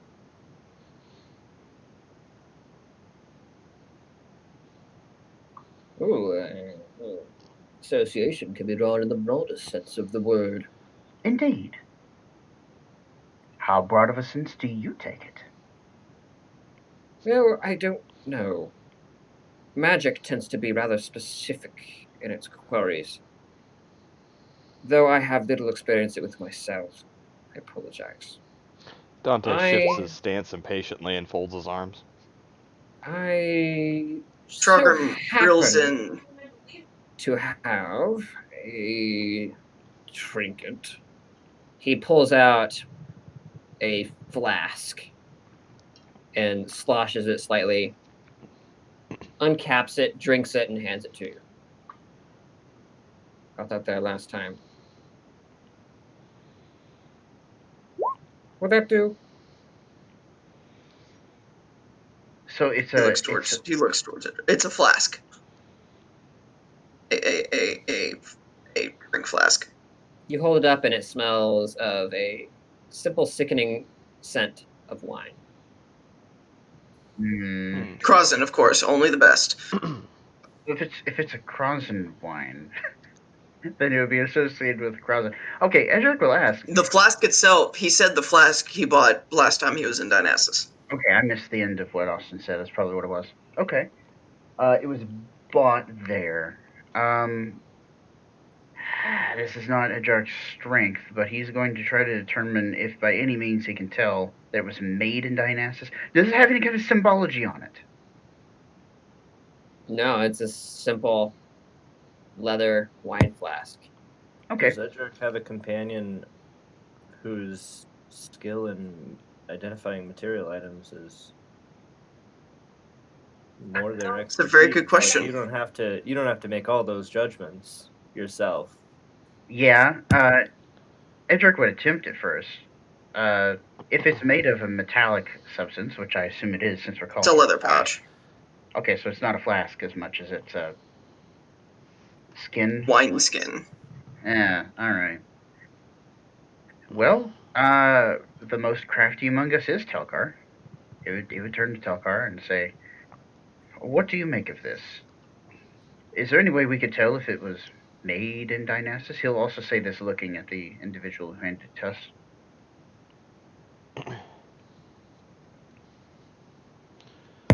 Dante will kind I of think- scoot over to Draji and kind of say, very quietly, I don't really like the idea of telling everybody we meet where we're going.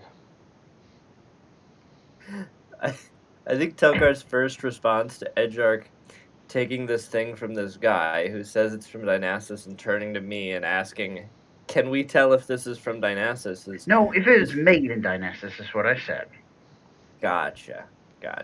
He's asking this kind of between you and this individual because he's kind of looking at both of you when he says it. Beats me. I don't know. What is the likelihood that Telkar has been to Dynassus or worked with like craftsmen who were from Dynassus, such that he would know any unique style things that craftsmen from that town might have? Tucker, I will say the first time you landed on Mara was in Dynassus, but it was nighttime and you quickly went through the city. I've been there, so- but not for long. Not for long. I mean, is Telkar familiar with other work by Dynassian craftsmen? It's a total mixed bag. The culture is so diverse. There's so many different races and work ethics at play that one water skin from Dynassus might look totally different from the next. In that case, what he would tell Edjarc is no. Any other town, maybe, but not Dynassus. He'll turn back to the kind dragonborn scholar and say, unless there's some way we could tell for sure that it was made in Dynassus or some other way that it was very attached to the place, as you've pointed out yourself, I don't know that something less specific would work. But I really do appreciate your generosity in this matter. And he'll hand the skin back. Certainly. And I hope you solve your strangely arbitrary conundrum. It would seem to me magic is a tricky thing indeed. Good day. Takes the water skin back, or the wine skin back. Edjarc will subconsciously kind of tap the dirt tin that he has in one of the pockets of his robe and say, indeed it is.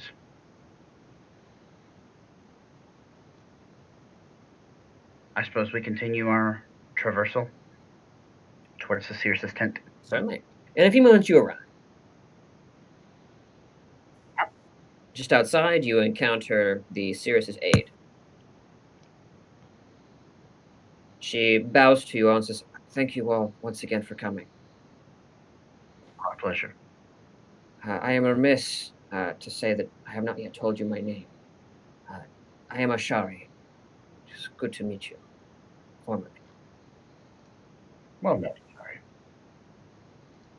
Kadragam gives her a bow. So, This- I assume that you all have your mode of transportation well in hand? Edjarc starts rifling through his magical accoutrements. Indeed, the teleport spell is as ready as it is going to be. You can teleport us. But that's incredible. I've heard only of a precious few wizards that can teleport at will. I wouldn't quite call it at will. There's a bit of preparation involved, but yes, we should all be able to go. Very There well. is I shall fetch the lady and be at moment. There is one thing, though. On our way here, we've been looking for some way to more solidly connect ourselves with our location of choice in Dynassus to which to teleport. In order to aid with this, it would be very helpful if we had any sort of item with its origin in Dynassus, such as something that was made there or closely associated with the place. Do you have any idea of such a thing? I'm afraid I didn't bring many trinkets with me when I first landed there. Indeed. It is fine. We can still perform the teleport. thinks for a few seconds. Yes, I'm afraid I'm quite out of ideas as far as that front is concerned. But if you think it will be fine, I will fetch the lady and make ready. Did we hold on to the wineskin at least? I hope we gave it back.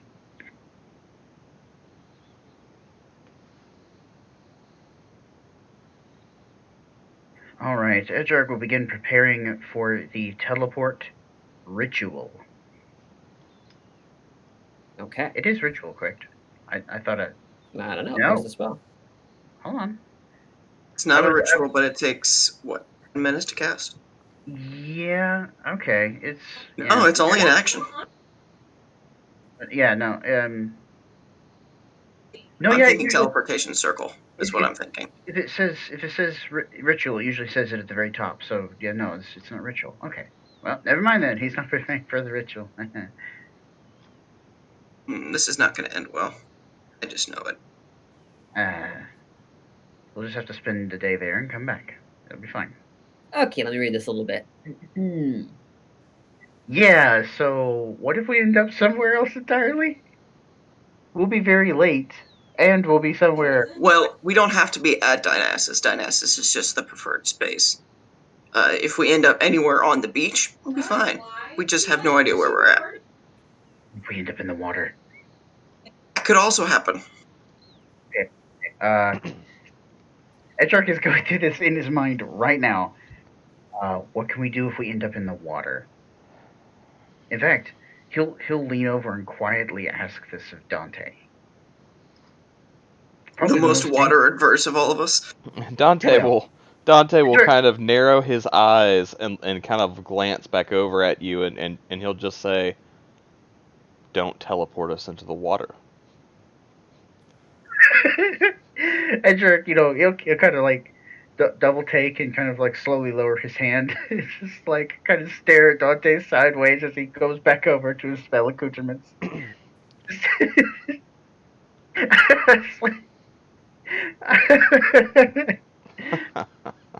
Yeah, he'll be quietly preparing himself mentally to begin casting Flock of Familiars. Because that's probably the best idea he has. Have a series of octopi trying to help us get back to shore. Okay. Edjarc, my advice is don't overthink it. Indeed. It's This isn't definitely gonna a end thing well. that I'm strong at. Not overthinking. All right. Dante just kind of straightens his cloak and says, "I'm ready to go if everybody else is." We should have kept the wineskin. That wineskin may not have actually been from Dynassus. Could have led right into Vecna's lair. Say it out loud again. Yeah, Draji just balks at you. Like, Ashari you- returns, and you complain about them saying information nonchalantly. dragging on a pallet the bandaged corpse of Lady Lindell. It almost looks to you to be mummified. A certain kind of incense fills the air. The bandage itself appears to be a kind of seaweed coupled with simple cloths.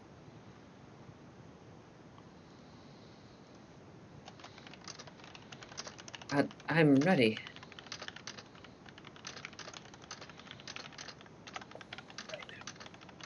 Edjarc giving a respectful bow as she returns, because that's the best he knows how to do. He'll say, "All right, let us all prepare for the spell," and he'll kind of hold out his hands so that we can do the thing. The Edjarc grips him on his upper arm, and he says, "Make sure we get there in one piece." Edjarc will kind of direct. I'm still learning her name, Ashari. Yes. I'll direct Ashari. That sounds like a Edjarc thing to do. What's her name again? Jari. That's right. We'll direct her to bring the Cirrus's body to the center of the circle, and we'll all surround it. Prepare for the spell. Now, we counted before. And we made sure that we could bring everybody, right? Mm-hmm. Yeah. Yeah. Hey, Deem, could you give us the world map? Yeah.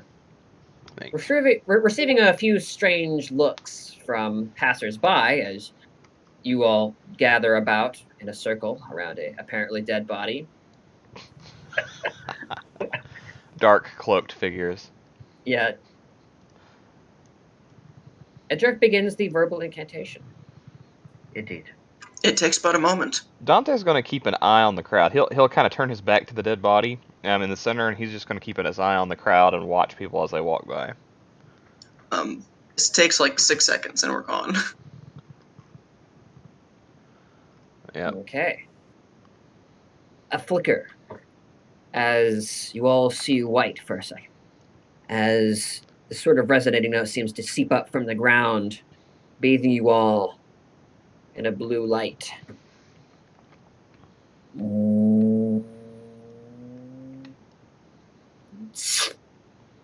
As the startling sensation once again takes you all.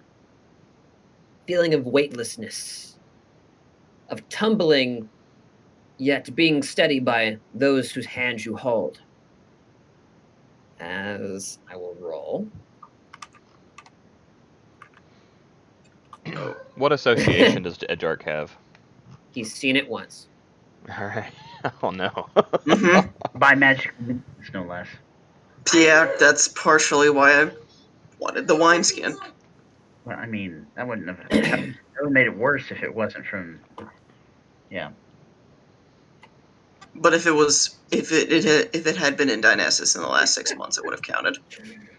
Oh no, I don't like that laugh. Does it count if it's just been in the location? I thought it had to be an associated object. Associated means that you possess an object taken from the desired destination within the last 6 months.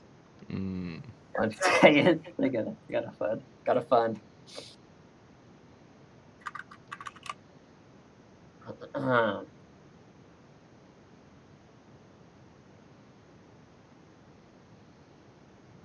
Does anybody know a water breathing spell? Duran does.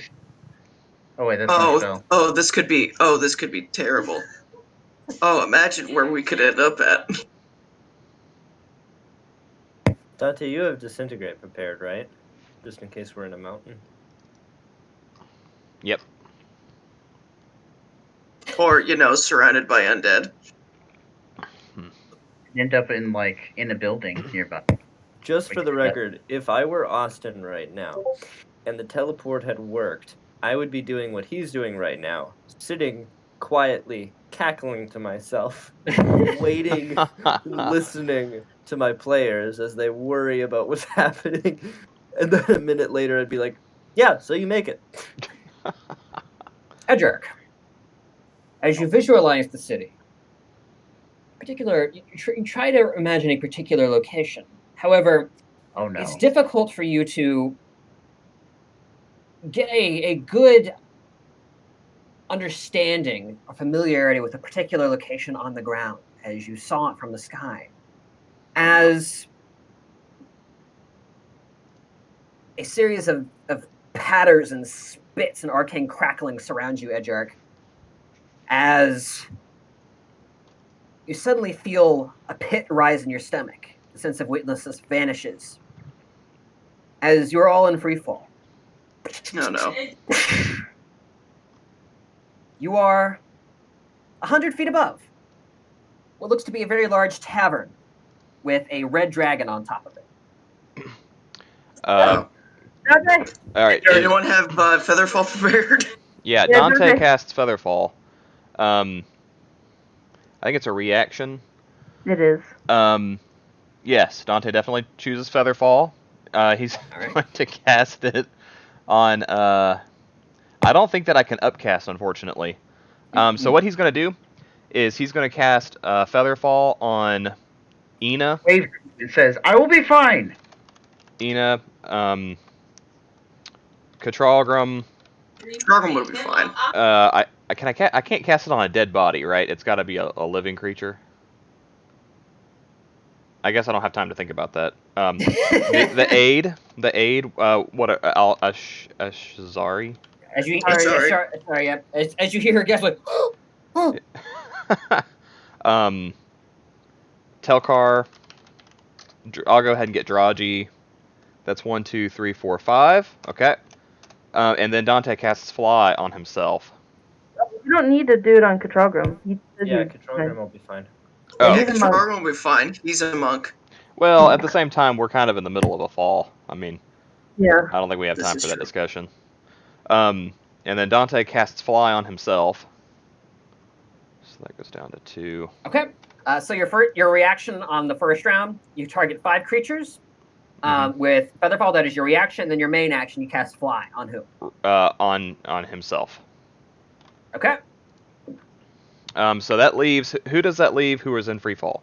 That's 6. Edjarc and potentially the corpse. Yeah, Which Edjarc.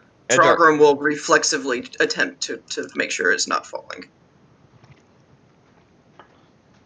Can the Can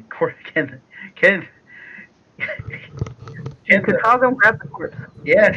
Holy crap! This is Grab the cat. wow.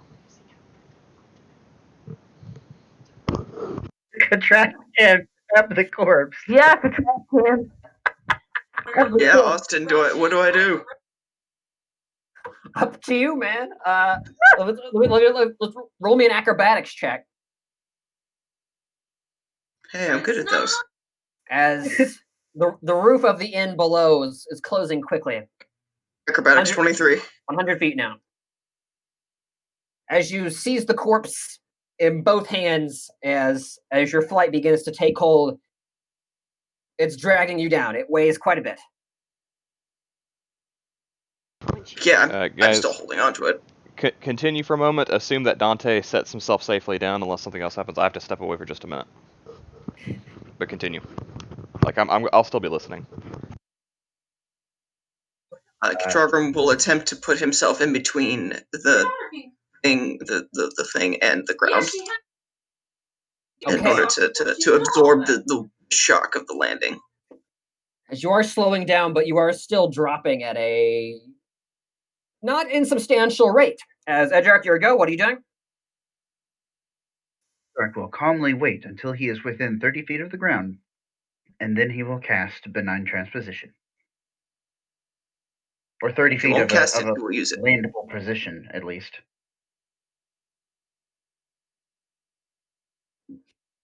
You reduce your falling damage by 30 feet. Well, it's not that. We discussed before how the teleportation from Benign Transposition would work, and we determined that it wouldn't really make sense for it to hold on to momentum. Yeah, that. Unless you're switching with a creature, and then I think we decided that it would, but I'm not sure. Okay, so you're using it. What are you using it to? What are you swapping with? I'm not swapping with it. He's not. He's using it to transport 30 feet to the ground. Oh, you can just do that? Onto the ground. That's useful. Okay. I'm going to wait until I'm within 30 feet of the ground, and then or a landable position, a safely landable position, and I teleport myself there. All right.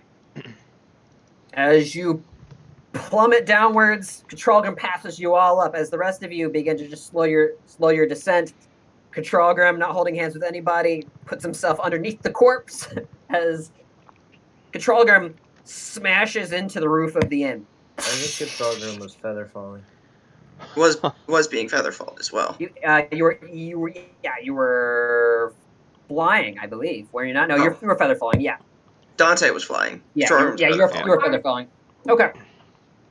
As Katrogrim, roll me an acrobatics check.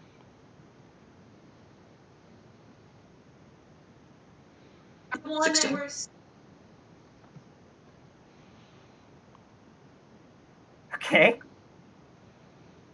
As you successfully manage to stay on your feet and hold the corpse in your hands as you smash through the roof, go through the tiles, plummet through the second story balcony, through a table, and then finally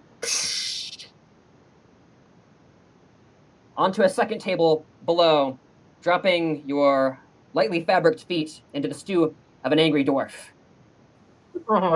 He looks up at you slowly, a spoon halfway in his mouth. I suggest we leave. Barfight! He grabs your shins and drags you down. Oh boy. Roll me an athletics check. Oh no. 21. Actually, I'll keep with that, but I could Oh, if he's haven't had this music essentially playing the attempting entire to. time. This is supposed to be going the entire time. All right.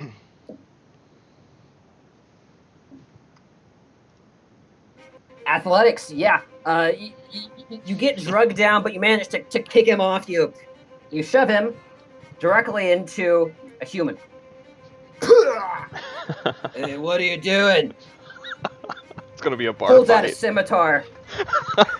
It sounds like it. As the rest of you, 50 feet up now, see the crater in the roof left by Katralgrim. As Katralgrim still holds the bandaged corpse in his hands. I didn't take any damage from that, right? Calculating right now, it's going to be... You're going to be able to reduce this. By the way, DM, just as a side note, the range... oh, wait, hold on. Oh, never mind. 60 feet per round. So, yeah, never mind. Okay, I don't need to cast it again. Okay. Until they land, yes. Yeah, or so, until a minute passes. So, hey, DM, Dante would be following everybody who's featherfalled, and he would push them away from the tavern so that they fall, like, into the street. Does that make sense? Except for Katralgrim, who was weighed down by the body and had to fall much more quickly. Yeah, if that's 19 fall damage, yeah, I reduce all of that. Nice, yeah. As Dante, you have 50 feet to go and everybody is descending. So, what is your movement? Flying, I didn't, 60 feet. I didn't fly. post it. Yeah, I think it's 60 feet of fly speed. You're going to be able to get 3 people away from the inn. Okay. So, yeah, he would... It's a pretty massive inn directly underneath you. Yeah, he would focus on people who can't get off of the inn normally. So, Ina, the Ashzari. Sorry. Yeah, and he'll go ahead and take Telkar out. Telkar can teleport now. I guess he just mumbles that to Dante as he comes towards him. Hey, get your hands off of me. All right, he'll push Draji out then, and he'll just kind of tell Draji, "Hey, protect these two. Draji would not. We are in a strange city." And then Dante would probably, from that point, fly down the hole and look for Katralgrim. Good luck. As you fly down, you pass Edjarc, who is now run over to the hole and is looking down into it. And as you pass him, he'll grab out Duran and kind of toss Duran at you gently as you're passing by and say, "Duran, go aid." He'll start looking for a way down from the roof himself. Yeah. DM. Yes. I would like to pick up Ina and Ashari and sort of apologize to Ashari. Be like, if you'll excuse me. And she'll go ahead and summon her soul and just float down. Okay, yeah. Let me check their weight real quick. If you're doing both, I'm going to say athletics check. If you please.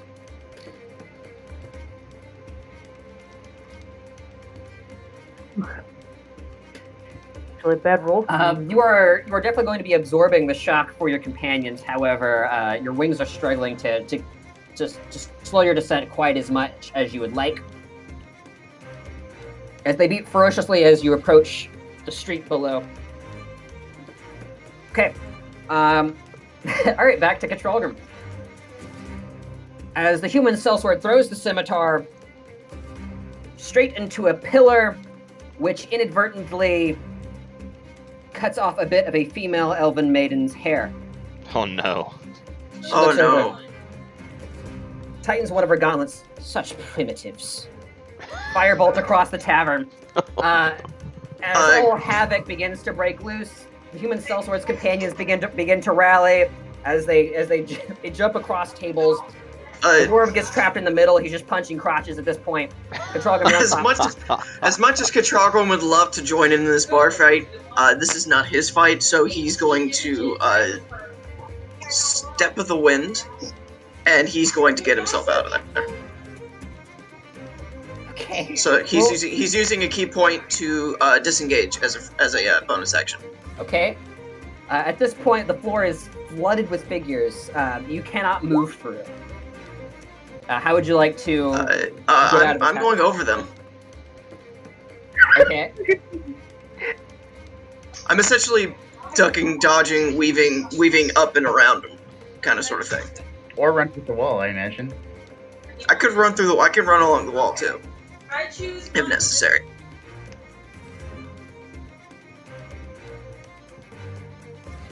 Okay. I Go to will roll me roll the necessary acrobatics, yeah. Absolutely acrobatics. 17?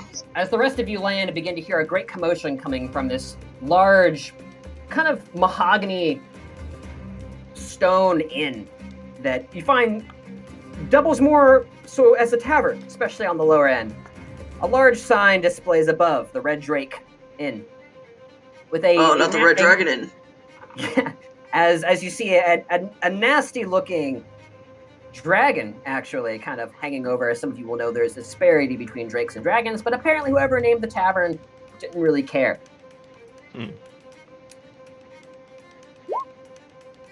As Katrogrim, you basically launch yourself from the table onto one of the burly men's shoulders, off again onto the wall, hanging from a chandelier, as a dwarf bursts through one of the indoors with a massive-looking repeating crossbow. He says, "Oh, you're gonna get it now!" As it just arrows just flying everywhere. As you're going to be getting attacked once here. Nope. Okay.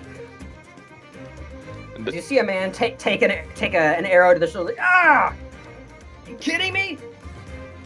As you successfully land near the door. A mild inconvenience to that man's day. Are you kidding me? Are you kidding me? He looks I mean, this is Dynassus, at the blood sprouting from his wound.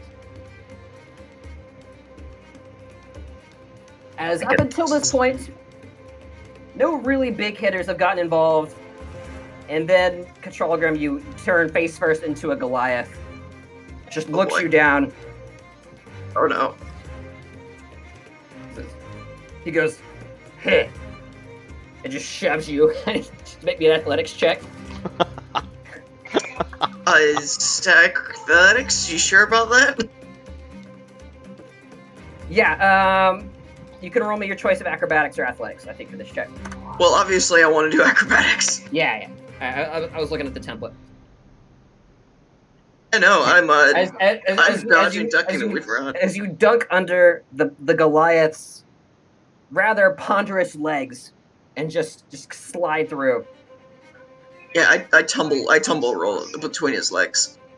You make your way to the door, finding it closed and locked. Wait. Why is the door locked? I don't know.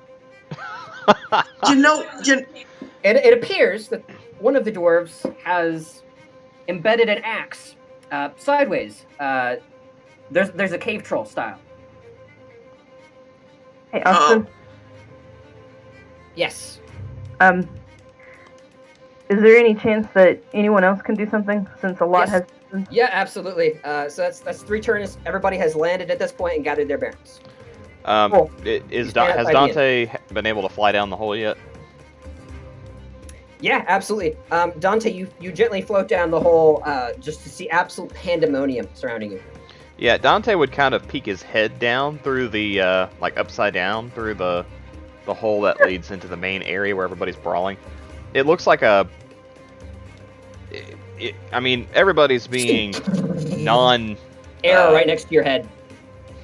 Yeah, You Dante kinda kind look at it. of recoils a little bit and then kind of floats back down just to view. Down Dante is relative, isn't it? would take just a minute to get his bearing of the area, and then does he see Katrogrim?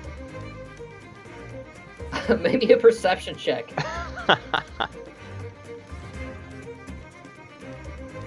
Let's see. I mean, this is quite the crowd. This is quite the crowd. You've drawn quite a crowd. Sorry. By the way, with a regular action, or regular movement action and a dash action, I'm sure I could probably dart all the way to the other side in one turn. What does a perception of 12 get me? Not much. As you gaze at the absolute pandemonium, it's difficult to make out a slightly diminutive dragonborn amongst it all. Okay. Especially given his current status, which you do not know of. All right. Dante's gonna go ahead and look towards the bar. Is there like a lot of spilled drinks at the bar? Oh yes, many. Is there like also a torch near the bar? Oh no. Really? Yeah, there's a couple of hearths throughout. All right. And there's some lanterns hanging down. Dante's gonna go ahead and do a control flame and light the bar on fire. Just to ignite the alcohol. Oh, have mercy. As Why? Wait, as hold on. the flame slowly spreads down the lanterns, down the pillars, onto the counter, you hear a series of pops and crackles as a massive firewall just forms, the backdrop to absolute chaos. And then Dante flies out. Dante's just gonna turn around and fly back up. Oh, he'll drop off. Duran. He'll drop Duran into the madness, Why? and then he'll fly out. Duran looks at you and gives you a little salute with a tentacle as you fall. Like as he falls. As he falls. All right. Falls onto the head of a halfling. Get it off me! Get it off! All right. Yeah. Oh my goodness, hang on. Draji is going to bonus action Channel Divinity Peerless Athlete. Right? He is going to kick down this door. I'm gonna kick it down, okay, DM? Okay, yeah. That's a 17. Great. Add more property damage. As you smash your boot into the door, it gives slightly. As Controlgrim, you see the whole door lurch slightly towards you. I kick it again. 24. Reaction. Katrargan was getting out of the way of the door. As you see the axe beginning to splinter mid-shaft. All right, who hasn't moved in a while? Telkar? I've got a grappling hook, and I'm kind of inclined to. Well, I was inclined to drop it in the middle, and then Dante cast fireball. No, not fireball. Wall of fire.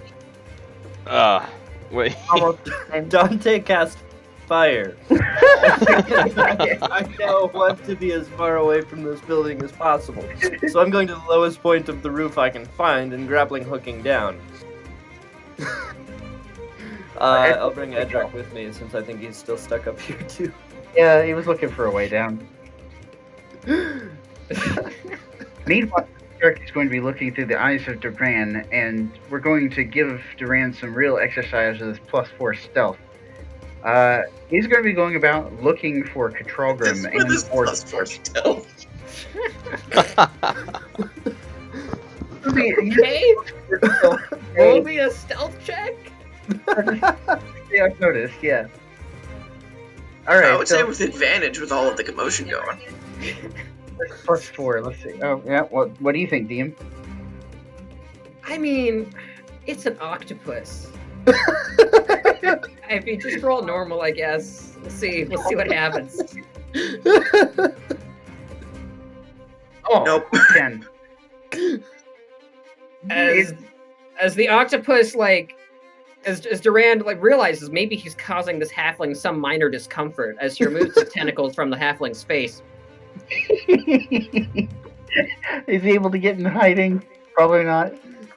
The halfling is still very much aware that there is an octopus on his head. I meant it's okay.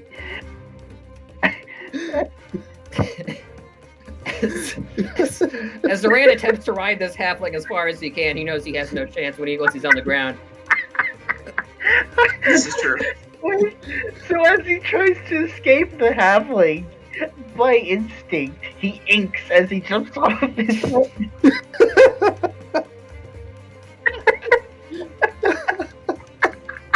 This poor halfling. Going about his day. It's just a normal day. This is the weirdest bar fight ever.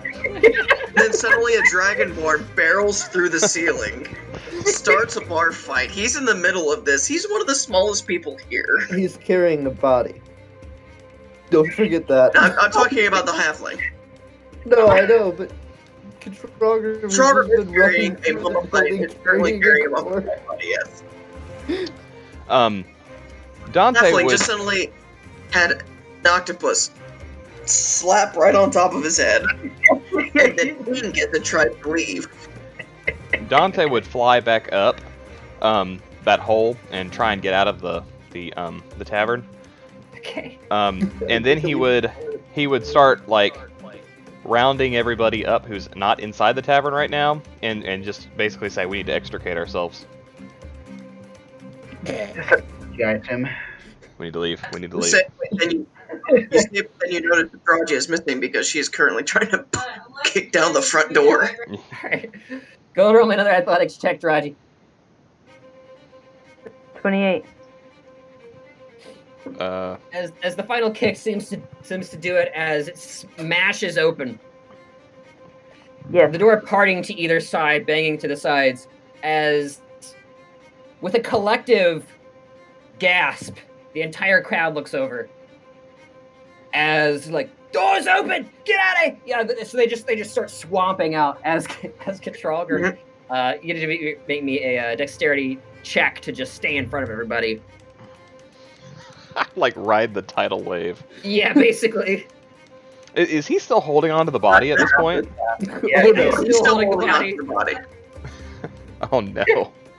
He's lost the cart that we put it on already. It probably broke on impact. Before there's a stampede, Draji's gonna cast Enhance Ability on herself. Okay. Eagle Splendor. As soon as Roll20 decides to post it. Okay. And basically gives me advantage on charisma rolls. What I'm trying to do is enhance my vocal ability so that everybody's just in a shock and they stop. So what do I roll? Okay. Just have problems, Draji. That'll be intimidation if you want to shout everybody. What are you shouting? Basically, with the countenance of a very disappointed mother, she'll shout, "Enough!" No. Oh no, not the disappointing 24. mother. Okay. What do you got? 24? Okay. The crowd directly in front of you just freezes for a second. You're like, you see in the background a Minotaur just punches a halfling in the face. Oh gosh. Is it the same halfling? And then looks at you. Fly. Huh? Austin? The Minotaur punches the halfling in the face and then looks at you, deadpan. Oh no! I looked back at the Minotaur and I said enough. Katralgrim's gonna use this moment to extricate himself from the crowd and try and get around the building. Okay. Yeah. Now you walk out past Draji and you see Ian and Ashar there, and he's like, "Are you okay?" And Ashar's like, "Oh my goodness! As she walks over towards the corpse. As he presents her the corpse in one piece. No damage, preferably. Having taken any blows to himself instead. As the Minotaur raises a giant salmon. Salmon. Salmon? Like a claymore. He's Says raised- you and me, girl. He's like the only one that wasn't intimidated. Yeah. Draji marches up, splitting the crowd like the Red Sea. Edjarc would be part of this. And then The she tavern's uses just and then she on uses fire. her flight ability just to get up an eye level. just gently hovering. You see just steam come out of his nostrils as the combat is initiated. Roll initiative versus the Minotaur. While Okay, this cool. is happening, DM Dante would have told all the others to get off the roof, and he would meet up with the others, and we would be going down a dark alley. Dante would be turning on that urchin ability and trying to get as far away from the tavern as possible. Okay. We out. Okay. So who all is with you, Dante? So Dante would just fly down to the others and start the extrication from this area immediately. Okay. So Ina, Ashari, Katralgrim. I think Edjarc and Telkar are still on the roof. I think They're we're finally down. down to the roof. Yeah, we're on our way down. Okay. In what direction are you heading down? Are you going through the crater? Or are you going Anywhere. Off the side? They're going off the side Off the side. Okay. Gotcha. because I they was smell gonna smoke. go in the crater until Dante lit the tavern on fire. Now, Almost that's now every I would crimson like to drink get as actually far away there. from this building as possible. Yeah. Oh wait, I can't use Crimson Drake. That's a boat in Red Dragon, and never mind. Yeah, Draji will draw her blade and equip her shield, and she'll be like, "Are you sure you want to duel here with a building burning around you, Minotaur?"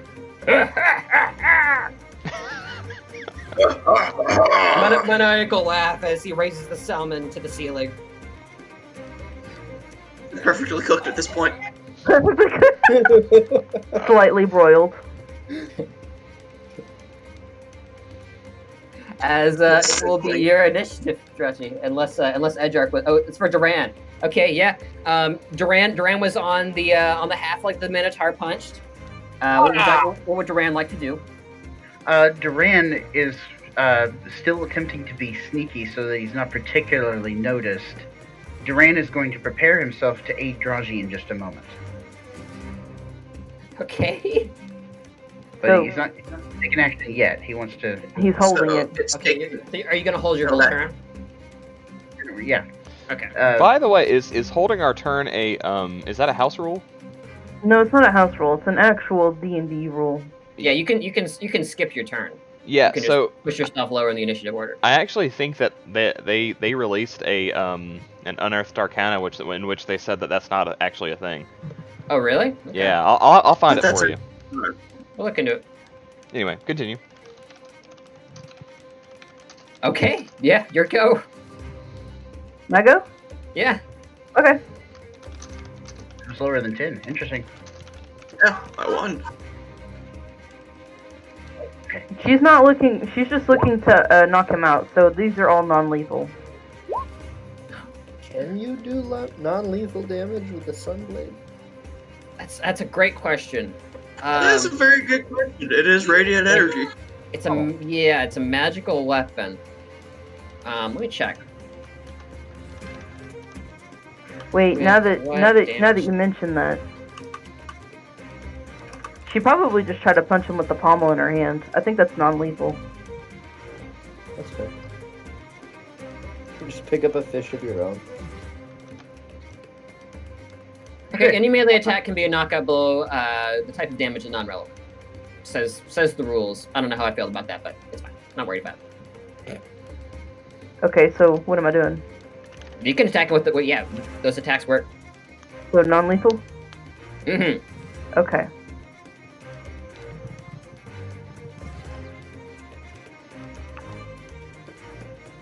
Yeah, I'm not trying to kill him. And I'm seriously not trying to. I promise I'm not trying to hit him. Okay. Yeah, all that hits. Yeah. Is he knocked out? What's the damage? As 16. Yeah.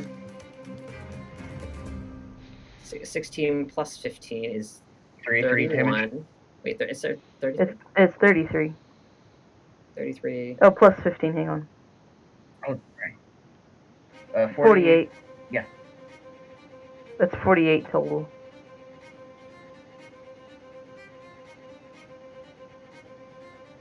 I'm sure as Dante and the rest are running like halfway, you just hear like 2 thunderous blows. One sounds, just as one of the Minotaur's horns have been totally cut off, and the other one you just smack him on the face with a pommel, and he goes down. He's just like,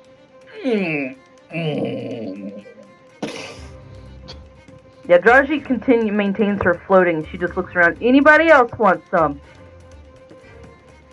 As you see the crowd parting in the far corner, as a massive blue hulking lizard creature makes its way through. You've never seen anything quite like this. It resembles a dragonborn and a lizard man, but it stands head and shoulders above everybody, including Goliath. Interesting.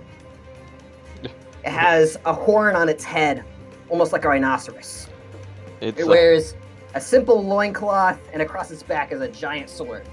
But he apparently doesn't think he needs it, as he cracks his hands like, yeah. Draji has entered the arena. I have. Gaming arena. Okay. Do I need this to roll thing- initiative again? He's going to roll initiative to enter. Okay. One moment.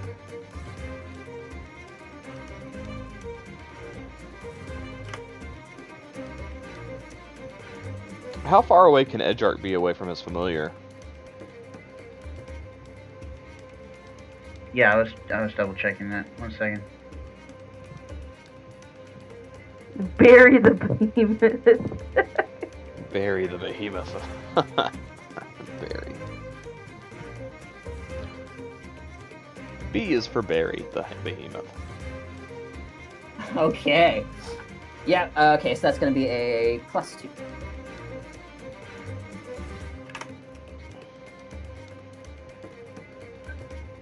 As he walks up slowly, ponderously, and you're almost so startled by his massiveness that before you know it, he lashes out with one of his massive arms. Hits you, and you block it, but you need to roll me a strength saving throw. Strength saving throw. 26. Okay. You're only knocked prone. Wow. As his fist smashes into your radiant blade, which by all means should be burning him. You just hear this massive just echo across the tavern. What remaining glasses that have exploded shatter. As you are knocked onto your back, you're going to be taking half of this. I thought you said I was only knocked prone. Yes, instead of being stunned as well. Gotcha. So only half of that. He spits on the ground. Here, not bad, godling. Passes. Back to you. Hang on, I'm having to do math so that I can calculate my health. There. That is bludgeon. Yeah. Oh wait, I can roll a d4, right? Let me check something really quick. Yeah, it's not magical. Yeah. Alright. So, Draji not one to be spited very well. That is if you're wearing your armor. I knew some people wore funeral garb, so... She would have worn her armor. Okay. Something, yeah. It's ceremonial enough. Sure. Yeah, she would cast haste on herself, giving her that bonus to her armor. And she'll use her haste to swing once. Okay.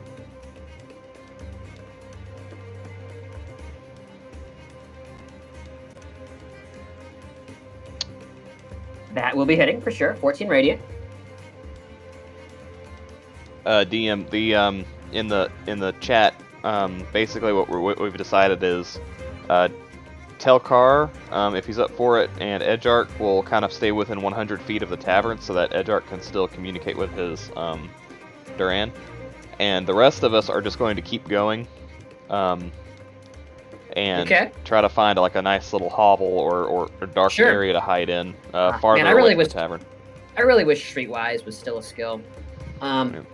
But go ahead and Dante roll me because you have the urchin. Go ahead and roll me wisdom with advantage. All right. And proficiency. Wisdom with advantage and proficiency. Cool. Yeah. And the rest of you guys are with him. You guys just hear ringing, humongous clamors as the tavern slowly begins to burn down. The fire not spreading quite as quickly as you expected. What crowd remains surrounds the fight in the crazed haze happening. You just hear cheering and the sounds of people betting and coins falling on tables.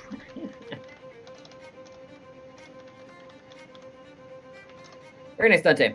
You quickly find an out-of-the-way nook that is away from the main thoroughfare, but still within vision of the inn and its various exits. Cool. You will be able to see if Draji ends up leaving anytime soon, and a body bag or not. Yeah, we'll just kind of hunker down here and act casual. He's like, what do you think's happening in there? I believe that massive fight, I'm sure. I believe that Draji is making herself known.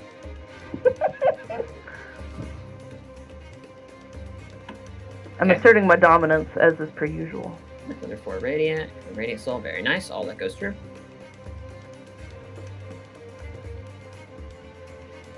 As you see, his forearm is slightly singed now. Ah. Yeah. She looks at him and says, hope that wasn't too much for you. No, just getting started.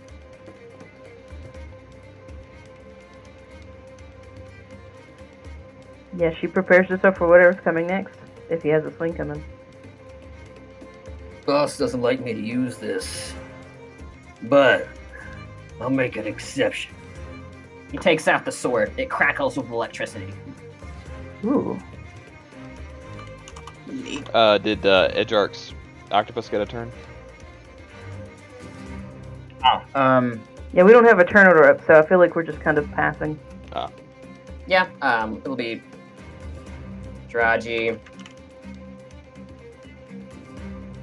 Ooh. What, 11? I promise you, Austin, I promise you, I haven't touched my Royal Guard armor description in a long time. Mm-hmm. I actually have resistance to lightning damage. Nice, okay. I think that's right, because you did it for the will-o-wisps and stuff. Mm-hmm. Remember what your initiative? I think it's 11. He's like 21. This is Her 21. initiative. Mine was a 10. Yeah. Duran was an 18. But he waited until after her turn. So it would be after her. Well, he didn't. He continued to wait. He didn't actually intervene, so I guess he's still 18, technically. Okay. Okay. Just on the theater of the mind. As he draws the sword, crackles electricity, and it almost seems to speed up as it moves. Oh. Hang on, let me see something real quick. Mm-hmm.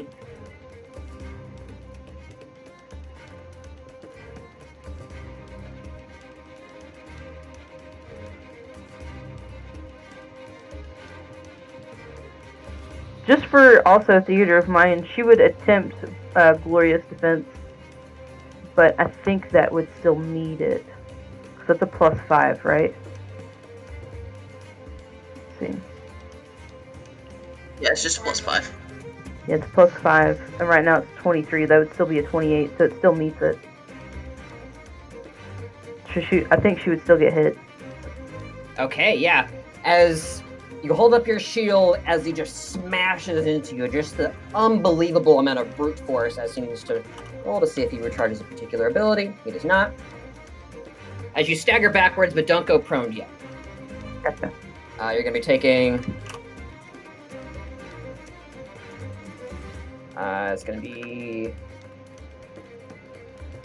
5d12. Okay, so that's lightning damage halved. So that'd be 15. Okay. And then this is magical slashing.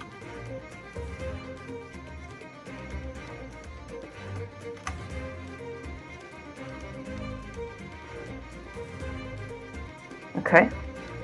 All right. He attacks once as you just absorb the blow. As the electricity crackles across the armor, getting suppressed by a pulsing kind of magical aura coming from the core of your armor. All right.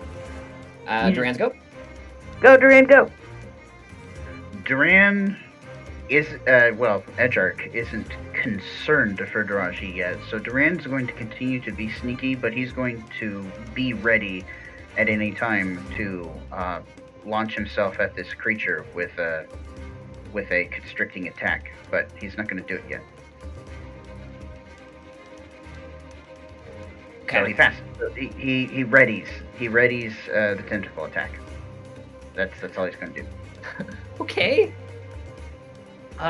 Just so you know, the octopus is still on the halfling, who is cowering in the corner a certain distance away.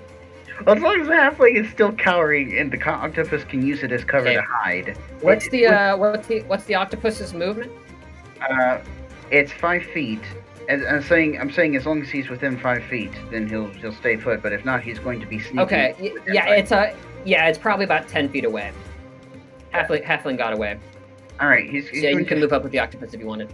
so actually, it has reach of 5 feet, so he could probably move 5 feet and then reach. Launch himself at the dude with him Okay. one turn. So he's just Sure. going to ready himself to do that. Anyway, that's it. Sure. All right. Draji? Yeah. So she's gonna take her 2 swings.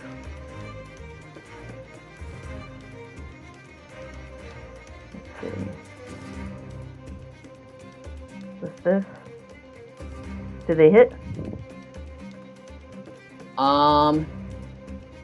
Yes, both of those hit. Okay, I will calculate the damage. For her haste action, she is using the dodge action.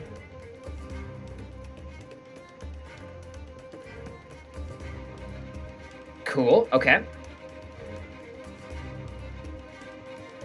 As you begin stepping back and forth.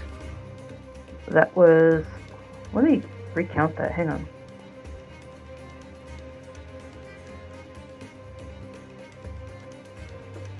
Yeah, that's a total of 52 radiant damage.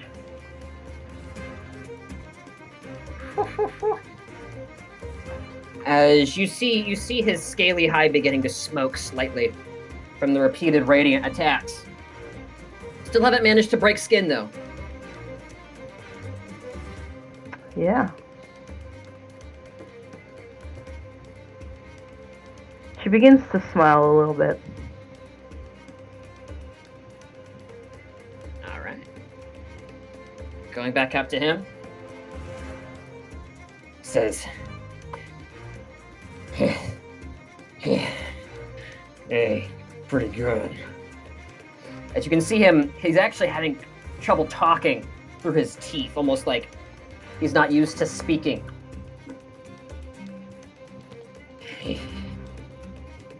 Sorry.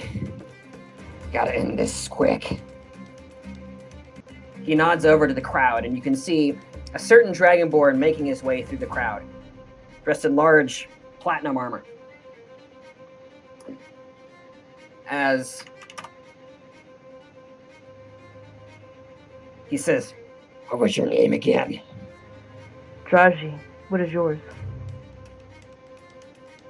Bale Nash. As you suddenly feel a spark of fear in your being. Something in your nature is afraid of this thing. As he has recharged it, it's going to be hitting you with an awesome blow. He does have disadvantage because I have dodge action. He has advantage to hit you. So that would make it normal. Mm-hmm. Misses. Is that a no? Okay. This is a no. Then you take half the awesome blow.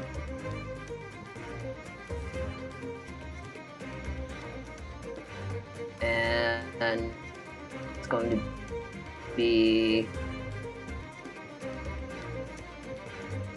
As you stop it with shield, you just feel a shockwave come out. I need you to make me a strength save, please. Okay.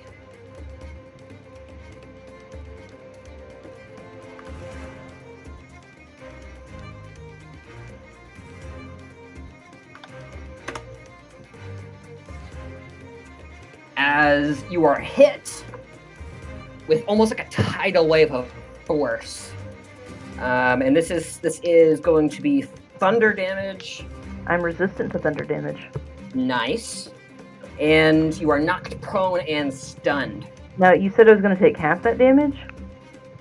No, you failed your strength save, so you take all of that. I'm very confused because you had me... Okay, you had him roll an 18 compared to my Yes. AC. Yes. He missed the AC. Right. Then you told me that it was going to be half the damage. Now it's not going to be half. So what is it? So the attack itself missed you entirely. But you're not taking half damage from the shockwave, which is the strength save. The shockwave. Okay, so I'm taking damage from the shockwave. That's the awesome blow. It's basically like a smite he can add on. And the 35 is thunder damage, correct? Correct. Okay, and because of Ring of Cord, I'm resistant to thunder. Nice. Okay. As you are smashed onto your back, your head reeling as your arm feels very, very sore. You kind of look up at the ceiling, which you kind of squint through the haze and realize it's burning. As Bilnish kind of huffs a little bit, just...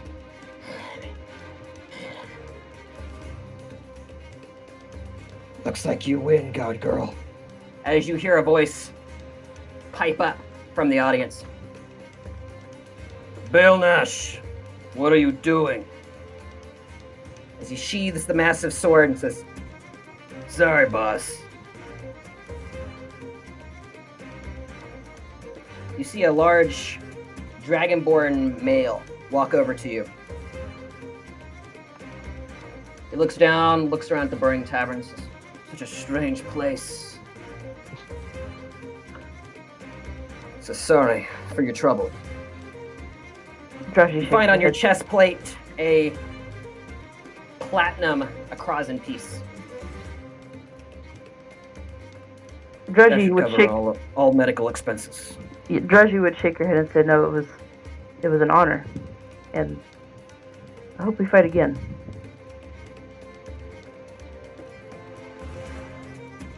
As she looks at Bale I should certainly hope not here.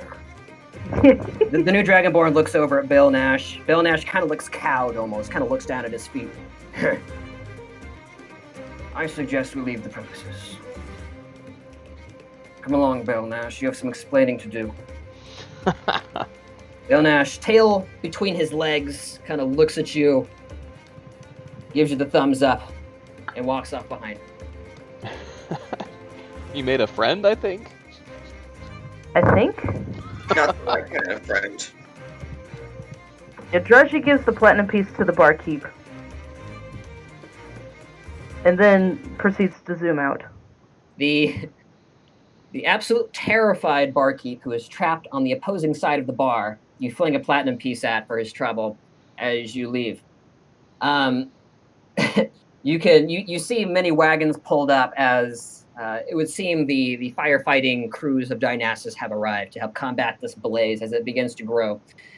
You are informed by various crowd passerby that the Red Drake Inn has been flame retarded for this very reason, as it has burned down 3 times now, and they would not like a 4th reoccurrence. Understandable. As you exit, Dante and the rest of the crew see Draji floating slightly above the crowd.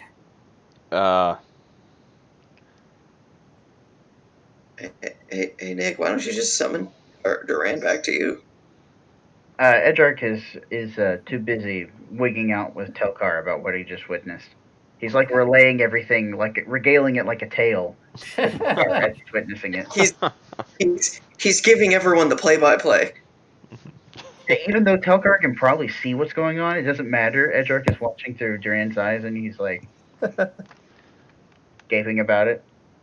Dante would, when he sees Draji like floating out, he would kind of like motion for everybody else to stay here, and he's gonna kind of like, quickly, like he's gonna, what's the word for walk jog or jog walk? He's gonna move as quickly as he can without being, visible, towards Draji, and he'll just kind of like, motion, get down. She looks around she looks around sort of mildly confused, sort of full of the exhilaration of the fight. Does she even notice Dante in the crowd? I'm gonna roll a perception check to see if she even sees him. Nah. It is a good Dancing location. light. Dante will summon a mage hand up next to her and wave it in front of her face. And then it will point down. Wispy hand kind of waving in front of you, and it points, and then suddenly, in a small, out-of-the-way alcove, away from the crowd, you see Dante and the rest of the crew staring up at you. I float down to them. I'm staring up at her. He's making sure that he's making sure that the two other Dragonborn that aren't Edjarc are safe and sound. Yeah, Dante just starts, kind of he'll get everybody together. Let's move, and then we'll move out. Like we'll go to the other side of the city, like just casually, like walking, trying to be discreet, but not. Yes, casually looking. walking with a dead body. Yeah. Mummified. Meanwhile, Edjarc and Telkar are still over by the rest, wherever you left us. Oh, Edjarc will start following Duran while still gushing about how cool that whole scene was. And also about the flame retardedness of the hall. We'd probably start talking about that, knowing us. Yeah. Okay. Edjarc, roll me a history check.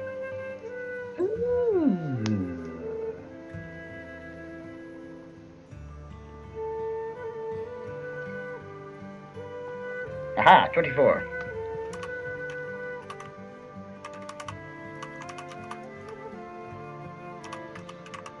Actually, Dean, we would probably be making our way towards the ocean, the docks, because I believe that's where the burials to occur, right? That is the thought. Yes. Yep. Okay. That's where we're going then.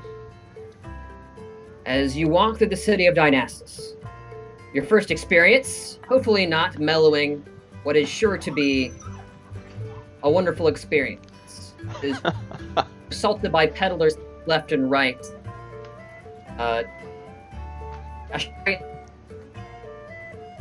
Pickpocketed 2 to 3 times, stopped by Katralgrim and his excellent perception. 2 to 3 times because the third one may have actually been an attempt to give her money, so he claims. In any case, as you approach the bay, the distant sails becoming larger and larger, towering far above the small harbor houses. An entirely new kind of cityscape made of boats, houseboats, longboats, massive boats, galleys. It would seem that a fair few of the individuals actually live on the ships. One of the reasons Edjarc didn't see them is they were simply hanging out inside. Seems a certain amount of residential equity is distributed to the harbor. Is the giant ship Edjarc, using your kind of knowledge of the area from your vision, you lead everybody to the pier that you saw earlier. And here we are, debacles aside. You know, I really am so sorry about this. He says to the Lady Dragonborn as we stroll up the pier.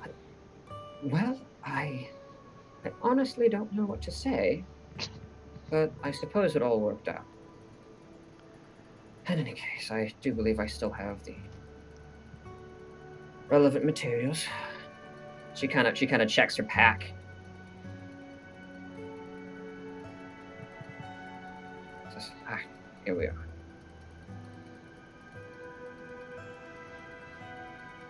As Lady Lindell was last of her name, no relatives, her family lineage will be buried with her. She takes out the simple parchment, unrolls it. The following moments are given to the speaking of Lindell's line. She was apparently the last in a long line of seeresses of Akraza.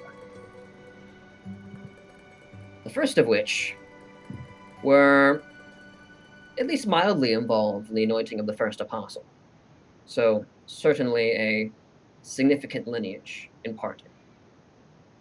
Though her line was diluted over the years by marrying into peasantry and clanless, she upheld that mobility to the end. As the scroll is placed in the kind of seaweed bandages, I'm gonna get some different music. Something So more a fitting. little- That's definitely not. Yeah, don't go with the nice. That'd be.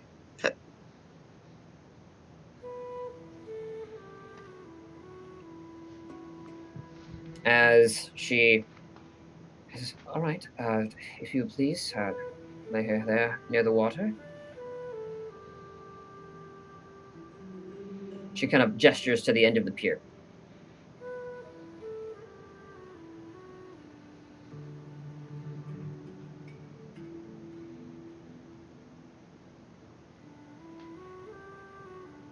If you please.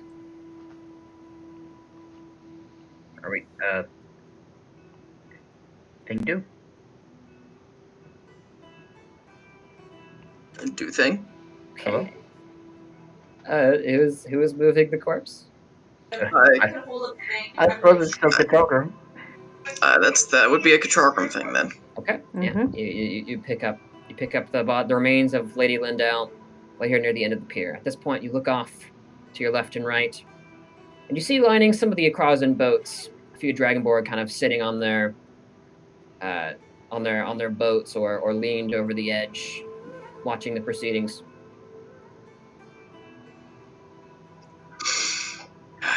Give it to me a minute. As she takes a small amount of incense on top of the corpse, she has to light it flame. The corpse, now burning, is rolled off the end of the pier. For a moment, you think a dead body with that much landed upon it can certainly not float. However, the unique properties of the seaweed allow it to stay afloat just long enough as it floats outward, the incense leaving a trail behind it. Particles in the air as water and fire meet in an elemental balance. You watch for a few moments as the tide takes Lady Lindell's corpse. The flame vanishes into the fog.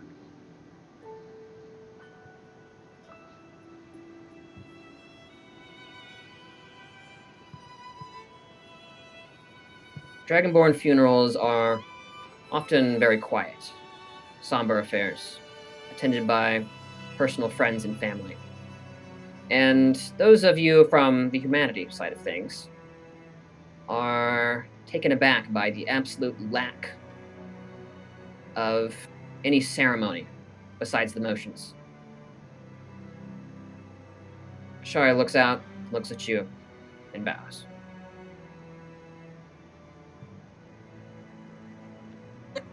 Katrargrim returns the bow. Thank you all for your assistance. May I smile upon you. Indeed, of course. It was the least we could do. I have brought the necessary provisions to get myself back. If my presence would be more troublesome, I understand completely. You're, after all, country heroes. I'm sure you have business to attend to, and I need no further assistance. Dante I nods. believe our plan was to return to wait, no, let's actually convert players. Well, we'll be making some stops along the way, so, and they're going to be probably right. very dangerous stops. So it's probably safer for her to go home on her own. Edjarc will, softly as he can, relay that. Our trips may take us some dangerous places. It probably would be wise to return on your own for your own sake. But it was a pleasure to meet I you understand. and to be a part of this.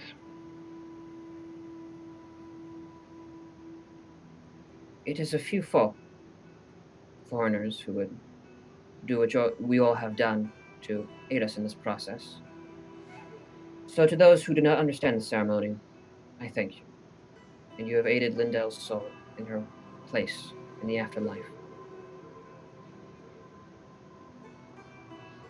I think to visit some relatives and then hit the road on the morrow. If you'd excuse me. Katrogrum, whenever she says "excuse me," lays a gentle hand on her shoulder and he says, "Thank you. Thank you for your service." Of course. A handmaiden's duty never really rests. Ultimately, I will find another Sybil who I may follow and learn from. Mm.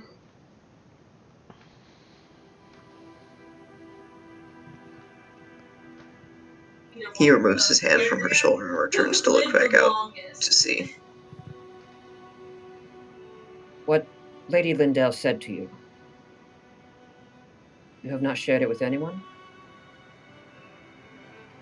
No.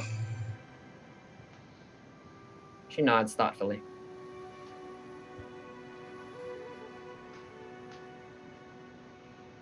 Katrogrim, I know your many travels, your sole dedication to the ways and studies of Io, have led you to lead a solitary life. But know that there are those among us, among our people, our culture, that would see your mission fulfilled just as you would. I encourage you to seek assistance. There's always someone more wiser or more powerful than you. Even the cardinal heroes. She kind of looks at your companions. Goodbye.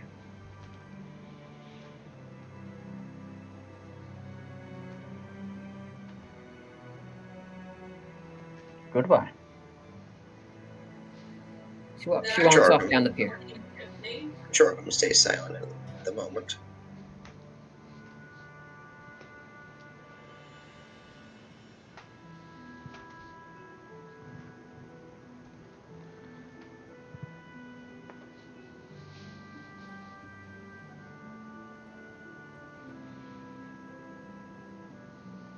Wow, I've never seen a dragonborn burial before.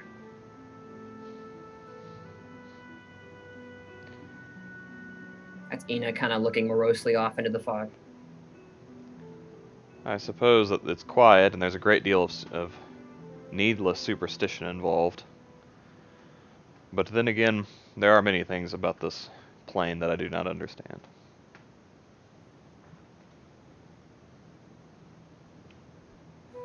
It's like no words can really describe it, so they don't even try.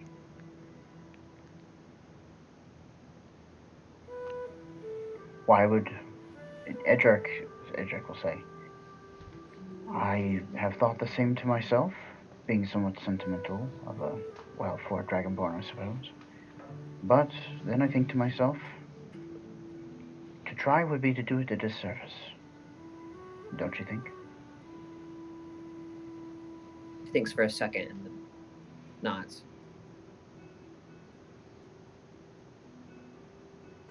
Silence is best, I think.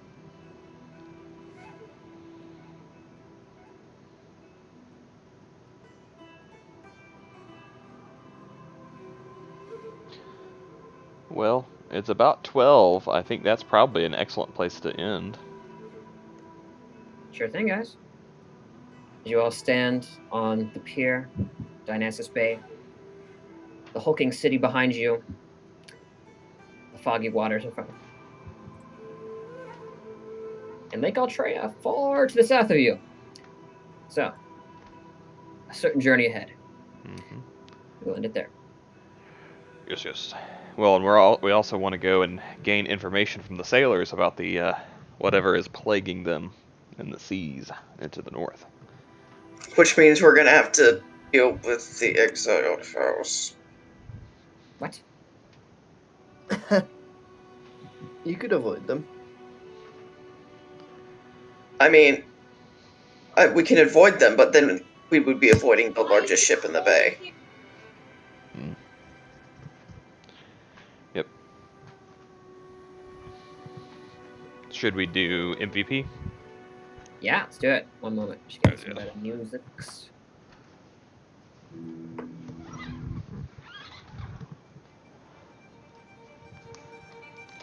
Okay. So, we had some fun times this session. Fun times is one way to say it. Yes. Appearing 100 feet above Dynassus is a fun time. Yeah. No, I have to say that, out of all the sessions that we've had lately, this was probably the one that was just like the most pure fun. Yeah, it was. Just some good, clean bar fight kind of fun. Also, the Dynassus police are horrible. Horrible. They never showed up. They sort of give up after a point. Especially when it's the same tavern being burned down again. And fun fact, adventurers are technically outlawed in Dynassus, but no one cares. The Reeve hates adventurers, but nobody listens to him. That's funny. So you don't want to introduce yourselves as adventurers. We are professional adventurers. Good, you're under arrest. What is our crime? You are an adventurer.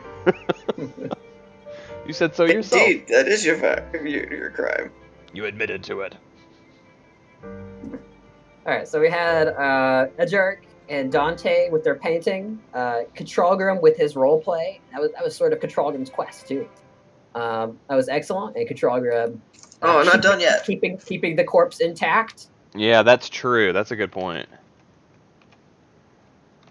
Draji with her duel with Bale Nash in the Minotaur.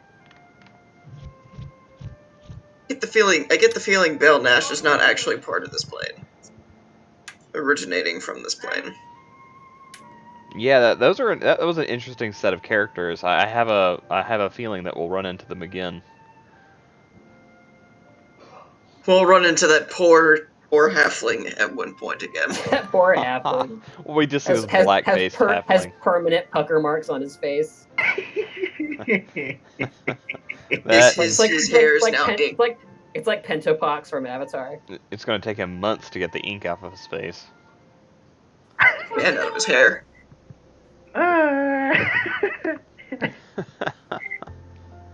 I like how the whole tavern just erupted in violence. Like It's almost like it's a regular thing. Yeah. If you're a melee character and you need to let off some steam, just go to the Red Drake. Oh my goodness. Oh, the absolute preposterity of it all. I have a couple in mind. Me too. Huh? Me 6. Wait. I think you skipped a few numbers, Kyle. You're right. Me 8.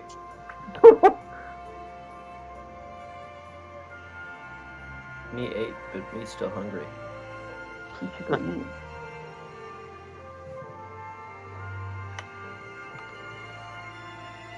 Okay. Hey guys, Ready. Tara's got an Ready. ostrich on her On the board. back. Okay. Ready to go if you guys are. Got a Yep. what? I'm ready. I'm ready to go. All right. 3, 2, 1, go. I Good forgot that we were doing transgression. two. Dantwerp. Uh, I like it. Nick's like, let me quickly count. I'm kidding. Yeah, I think this is. All right. 1, 2, 3, I think Katrogram's got it. 4, 5. Yeah. I think you got it pretty handily. Very nice. Let me calculate XP here real quick. For defeating a Minotaur and surviving whatever Bale Nashes. Bale Nash is. I think that experience should go directly to Draji only. Everybody else was like a good quarter of a mile away. Hey, I mean, let's do it. Katragram did get out of the fight, so he should get some experience for surviving. The bar Duran was fight. involved. Duran was ready to put the hurt on Bale Nash. Well, as long as Bill Nash did not go. Well, let's see. Wait, you said he was taller than Goliath, right? Yeah, he Goliath stood about. was pretty tall. He stood about 10 feet tall. So was he a large creature? Technically, yeah.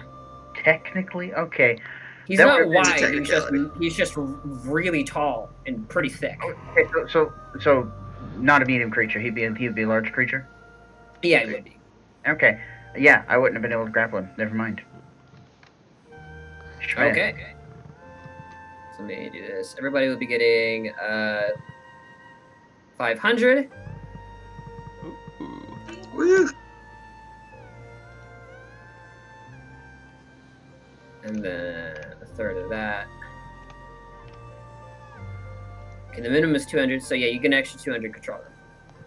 Woo! Nice. 700 this session. Very nice stuff. Yep. All right, guys. I'm gonna go ahead and stop the recording. It'll actually Fun be time, everybody. it'll actually be 950 because I'm still a level behind Draji. Oh, very nice. Yeah, Nice. How much did you say it was? I'm sorry. 500. 500 base.